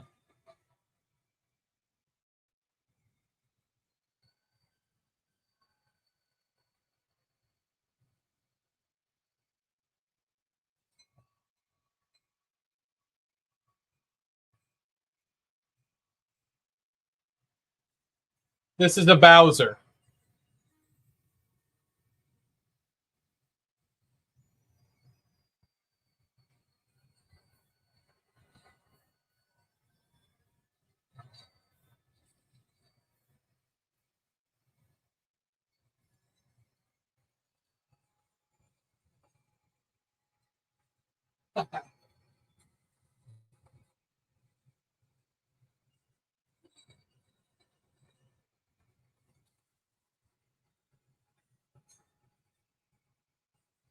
You guys see that? Oh, I don't know if you guys can see that or not.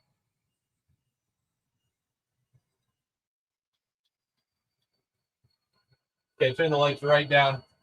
Can you see that? There's the thread there.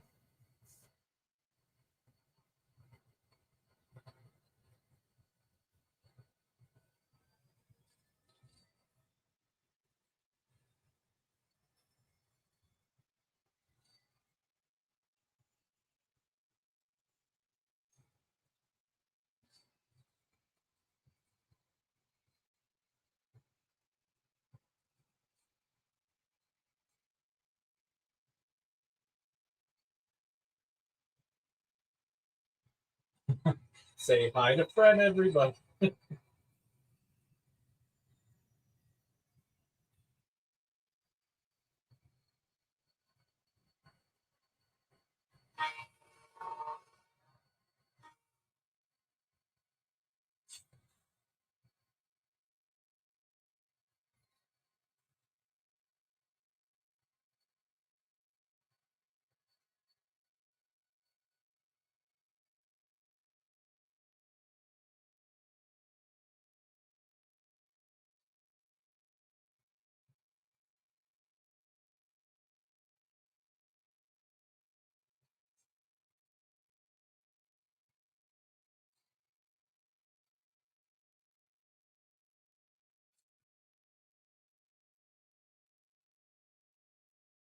I'm still a sucker for a caboose, but that's pretty neat. I like it. It's something that what I would consider is very small, but adds a lot of detail, right?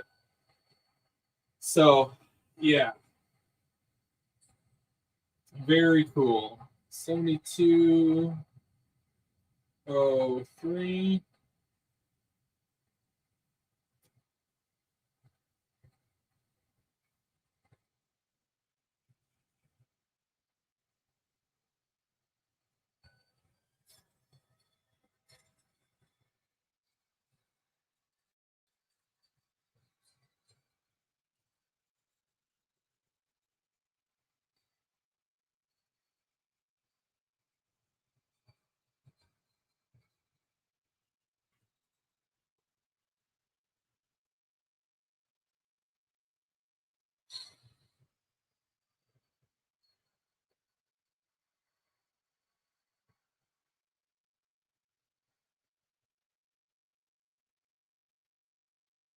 So I have to do a bit more wiring here in order for this to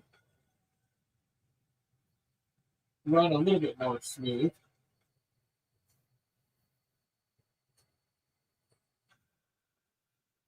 Can you read one? Yeah, there is.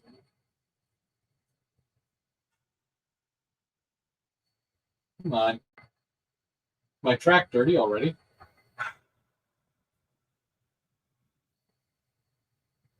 Holy moly.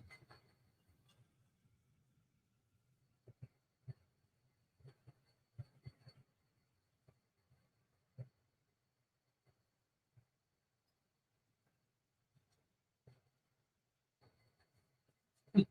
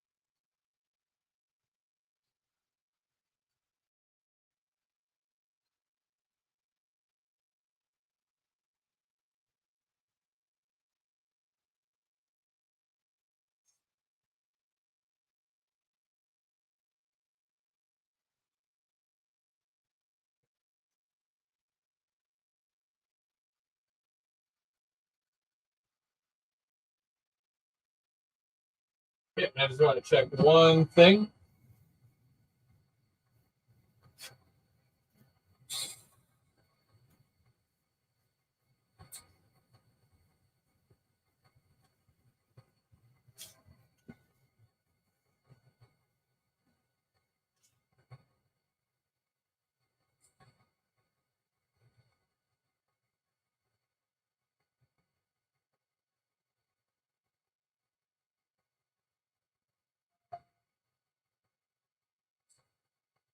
And then this is for all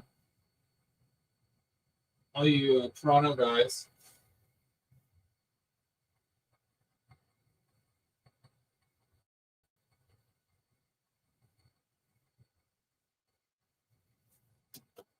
Come on.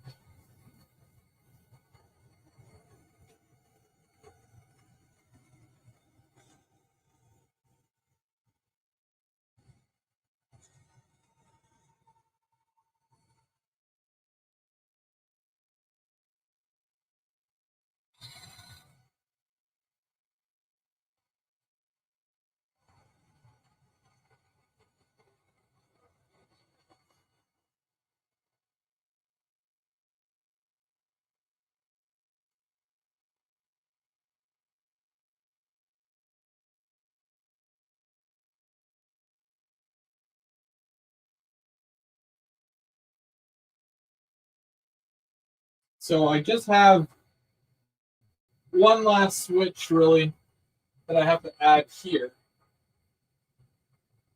Probably gonna add that under there, so then that goes there. And then I just have to connect that up. Then I've got like a runaround. Then I can work that, leave cars back there, and I'll be able to do some more work. But then I gotta run track from here up, and then I'll be able to, of course, start the second line going around and then up to the helix, which will also be fun. So,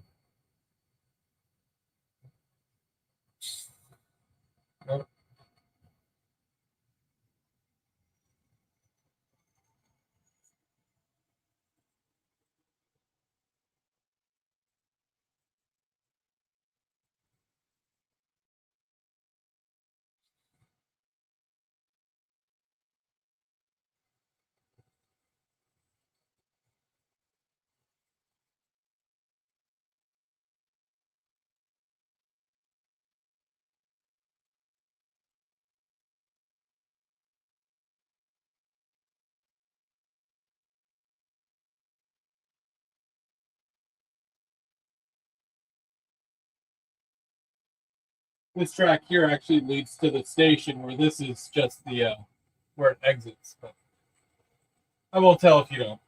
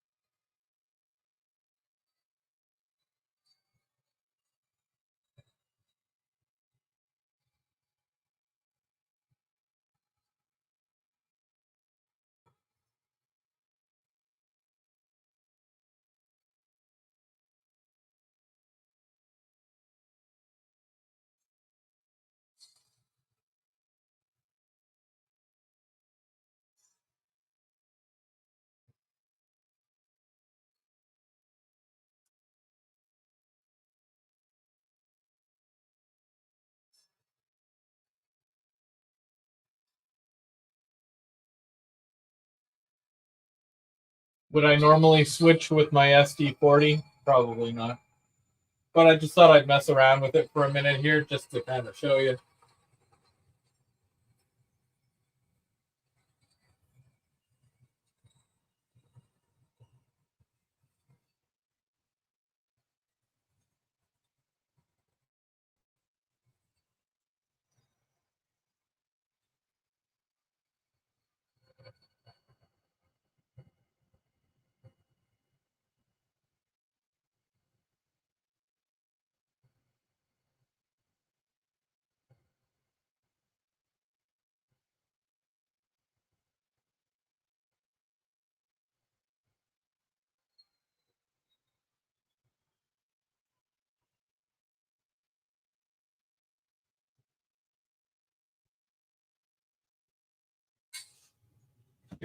Spitter valve or whatever it's called.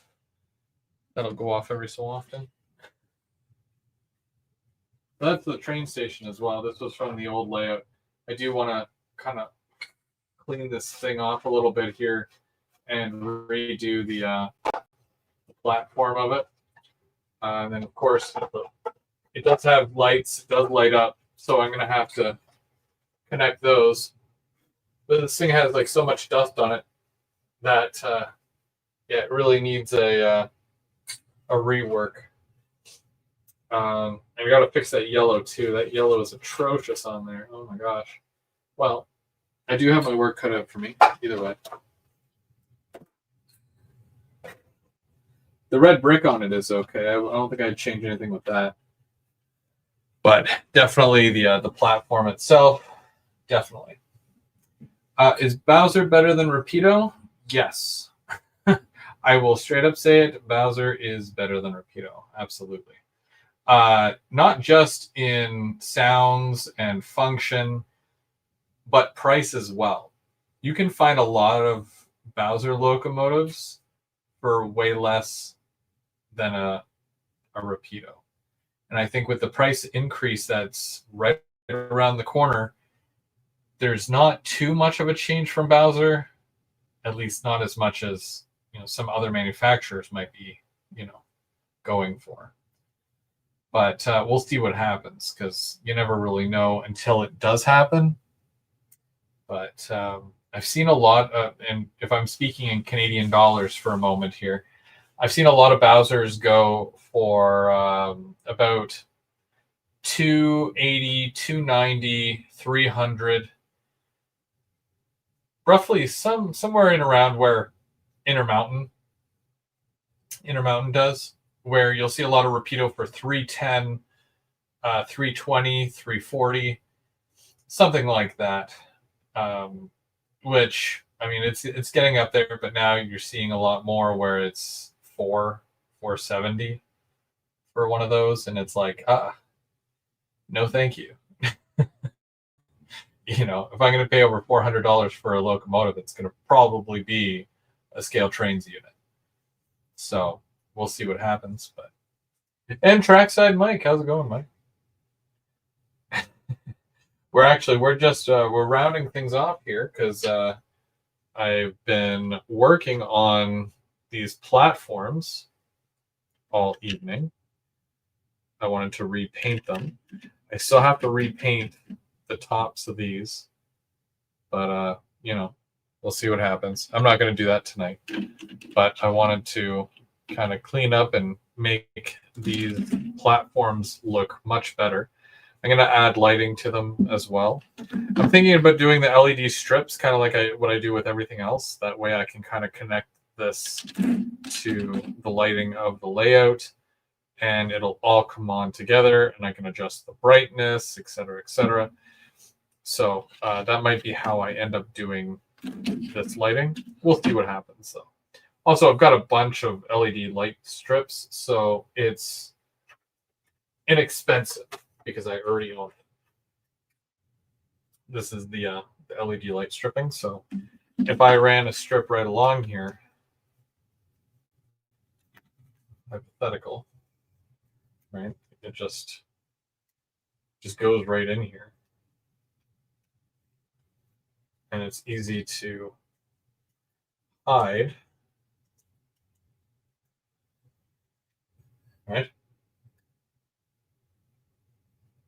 pretty cool.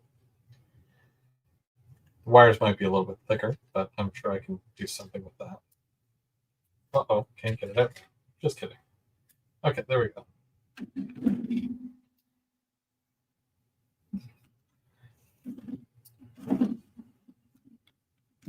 Yes, keep it going. The news is bad, so don't stop.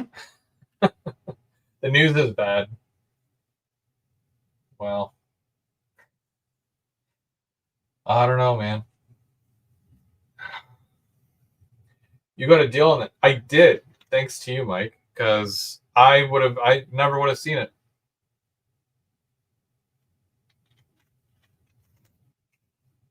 I only paid $125 American for that DCC sound. Wait, did I add 20 C's there? DCC in sound, which I thought was a really good deal because that's about 185 US dollars. And I really wish, I'm kicking myself now, Mike. I should have just got both of them. But then there would have been no tank cars, so I don't know. And I added that Fred to my. Is it still go? It's still going. I gotta show you. Look, Mike, because you gave me the Fred, so I gotta show you. There, see? Because there's still power to my tracks, so yeah, Mike gave me that. Not bad, not bad at all. It's been one of those nights where, you just kind of wing it. I got so much to work on as far as with the layout and stuff like this here where, I just kind of chip away. It's all you can do, right? Rome was not built in a day, and, you're building something that, takes time and patience and whatnot, but you got to have fun while you're doing it. Don't stress yourself out about it. This hobby is not meant to be stressful. There's stressful things in it. Like electrical, and I'm pretty sure I won't be the first person to say that, and I definitely won't be the last. But there's many different aspects of the hobby that I'm sure people will not be sure about. Some people are not great with scenery stuff or kit builds, but that's why we show up, every Saturday to work on this stuff, to show you, some of it. It's not that bad. It's not that bad. I struggled a little bit putting that Fred on there, but we got through it. We got through it together, and it wasn't too bad. It wasn't as bad as I thought it was going to be. I still need that washer though, because that'll probably make it a little bit better. We'll see, but I really like it. It looks good. And I'm going to get through more of this stuff, and I got to get some lumber for the layout.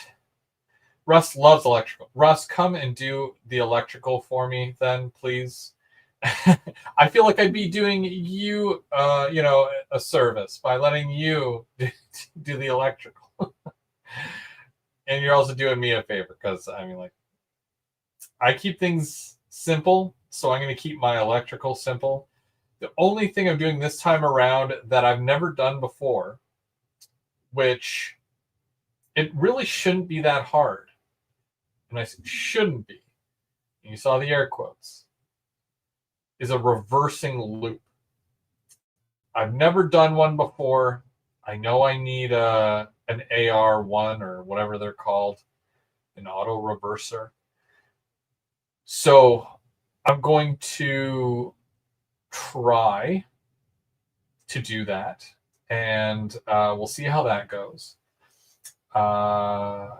If anybody has any tips or anything in regards to doing a reversing loop, by all means, I'm open to anything. And if there's any advice for doing, because it's going to be a big loop. It's a big loop, and it's a double track. So technically, the two tracks are going to go around the loop, and then they're going to come back on itself. So at some point, I know I have to make a cut on both of those. Can I attach two tracks or a set of two tracks to one auto reverser, or do I need two auto reversers? Just get a Digitrax AR1 for the reversing loop. Don't make your life difficult. See, that is solid advice because I don't like difficult things and I like Digitrax. AR1, I've heard of them, and I think they're what, like $30 Canadian? Use 2 auto reversers, one for one track, one for the other track, if I'm correct in saying that. Okay. So that you want each track separate in case you are running 2 trains, one on each track. Okay. See, I would have connected both tracks to one auto reverser. That's as much as I know as far as electrical. Thank you for helping me with that, Heath. That is 10 points because I would have struggled. Now you're gonna miss me struggling. You could have that would have made for a good hour, maybe 2-hour live stream just watching me struggle. Now I have to find something else to mess with. Yeah, Mike knows. Dave has 2 reversing loops, but one's on the bottom and one's on the top. So, and then he has it where when you enter the siding where the reversing loop is, the light goes red until it leaves, then it goes green. So that's fun too. And he's got like the IR sensors and whatnot. So I mean, I might mess with that a little bit, but I'm gonna get him to come over and actually, do that for me, or not for me, but show me, so that I can do it. Do it on a live stream. There's some things I can't do live. Believe it or not, I try to do as much as I can. Like you guys see me wire up some stuff. It does take a while because I'm not super quick about it. I like to take my time when it comes to wiring just because the confidence is not there whatsoever. So wiring does take a little bit. It's not like if I'm laying cork, it's going down and I'm doing the whole layout in one night. You know what I mean? Where I'll put up 2 LED strips and it'll take like 2-3 hours. So, make sure you have a cold beverage with you while that's going on. But yeah, it is what it is. I'm having fun. And I really think that things are coming together here, but it just like anything else, it does take time. I got a lot of track down, which is good, but I ran out of space, so I do need to add more lumber, more plywood, which I plan on picking up within the next week or so. So that might be my third Rail Thursday. You'll see me, putting some plywood down, maybe adding more cork. We don't know yet because we're not there, but we'll see what happens. Draw it out on paper. Use black for one rail and red for the other. Draw it a few times until you know where you want the reversing section. And how long would you say that the reversing section has to be? I heard about 6 feet. Correct me if I'm wrong. And in the reversing section, when we talk about a reversing section, I've got paper here. Hang on.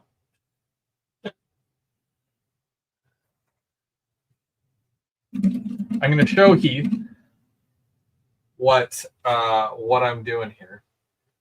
And Heath is going to do some math or whatever it is that you do to figure the stuff out that you do.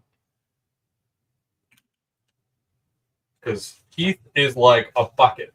And inside that bucket, it's pure knowledge when it comes to stuff like this. So why not utilize that, right? So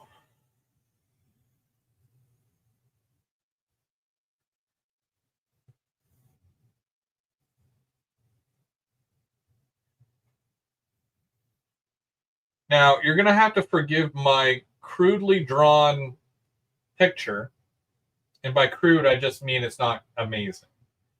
So this is what my reversing section looks like.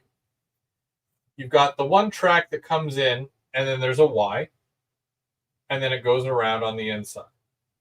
Then coming in on this section here, and it goes around, and then that's just how it goes. But I've got a section like that, and then I've got,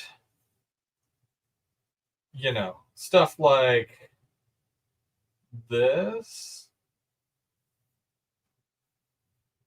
So, and I'm pretty sure I've got that accurate without looking at my plans. So that's kind of what I've got going on here. And if I'm saying that there's a plus and a negative, what I have going is that this is the plus and this is the negative going this way. So that means when I have all this, and yes, this is almost roughly exactly how it looks. So that means plus is all on this side and negative is all on this side. Okay. So this is roughly, very rough, how it looks. So when all my positives are over here and all my negatives are over here, it goes up, right? So I got my positives on this side and negatives on the inside here. And then it's going to go around. I feel like the break should be somewhere in here. So where would I break that? Would I just do a line like that? I did a break. That would be the break in the rail. And then that would be where it would reverse. Or do I have to put another line over here?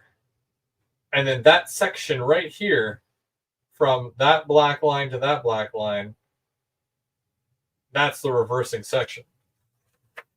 You need two double gaps, one on each side of the reversing section. So you need one on the other and also. Okay, so then it's safe to say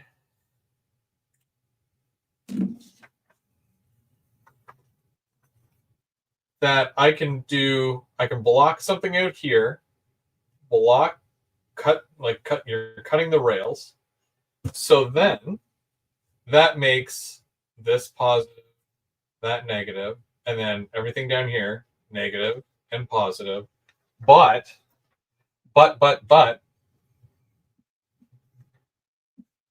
when we are doing the reversing section, and I look way up here, it's the opposite. So if the positive is on the outside, when you cross this line, you're then in the negative.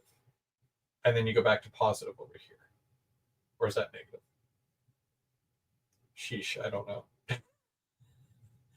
Because now that's negative over here, right? Because that's supposed to be negative. But if I'm negative, then it should be going into the positive, right? Tell me if that looks right. If that looks right, then I'm just going to keep this and pin it to the wall. But is that how it's supposed to be?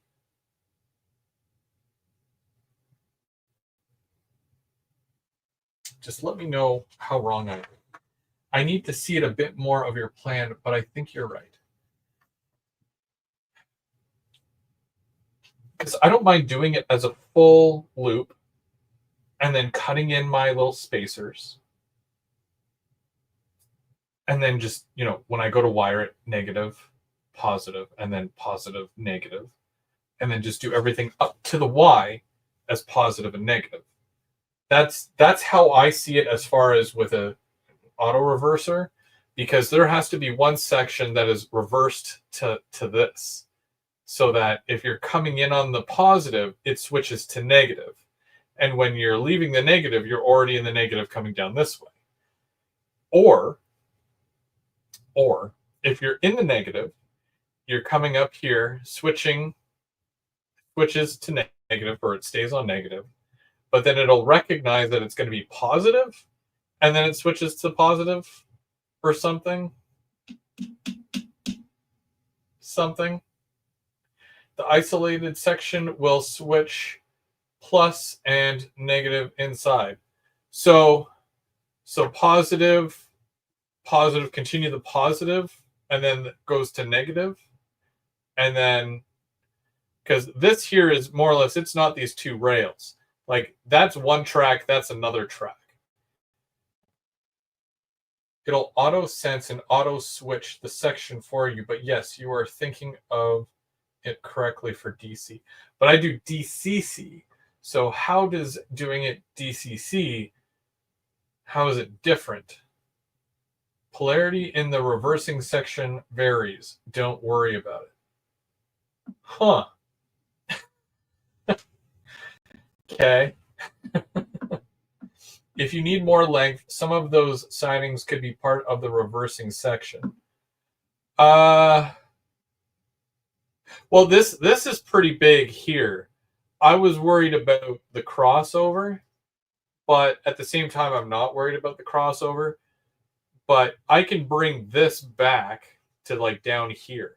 This is really just a very poorly done diagram, but that's good. That's my, because the train station comes in and your train leaves, and then it's going to go around and it's going to come out this way, and then it leaves the yard.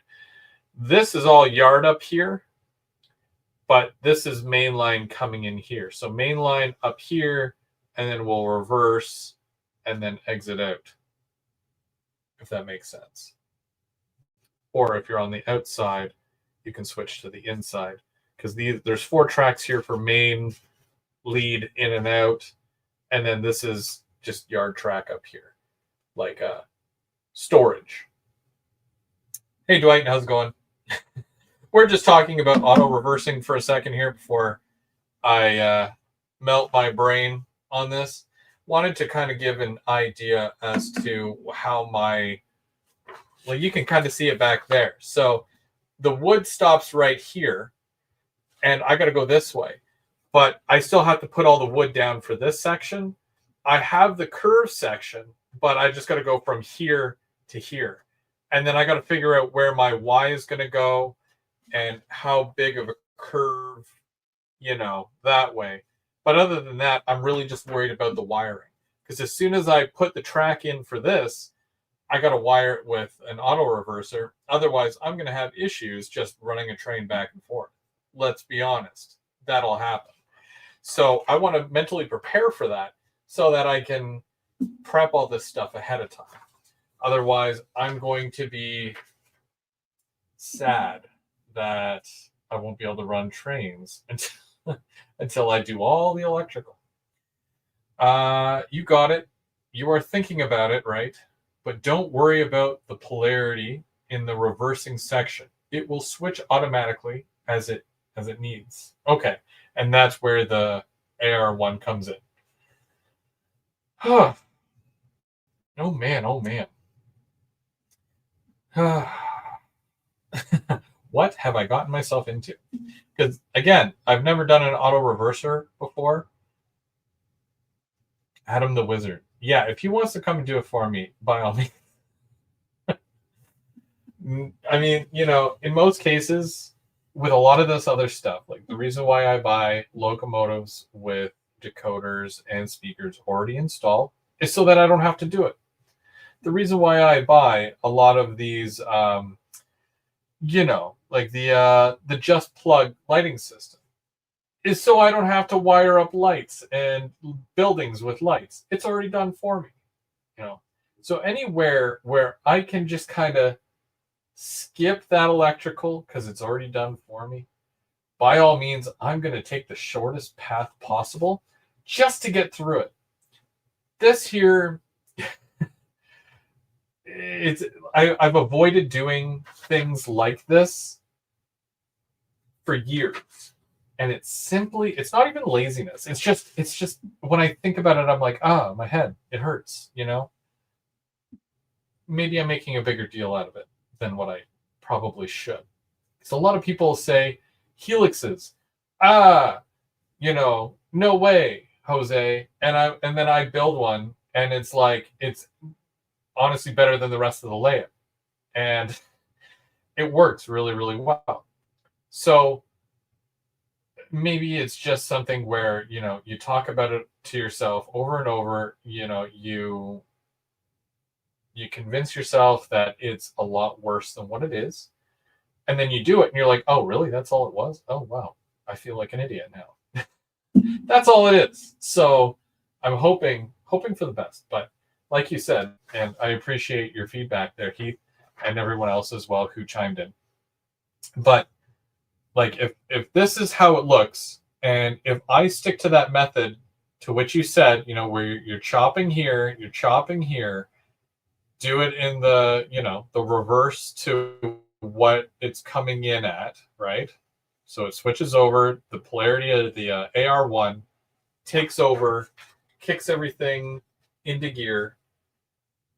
Everything's going to be toasted sandwich at that point, So I hope you're right. I believe you. But trial and error. It's the only way we get through these things. Trial and error. Block detection and auto reverse loops. Adam's our guy. Yeah. I'd love to get into block detection because there's so much more that you can do with it. Adding the lights and whatnot.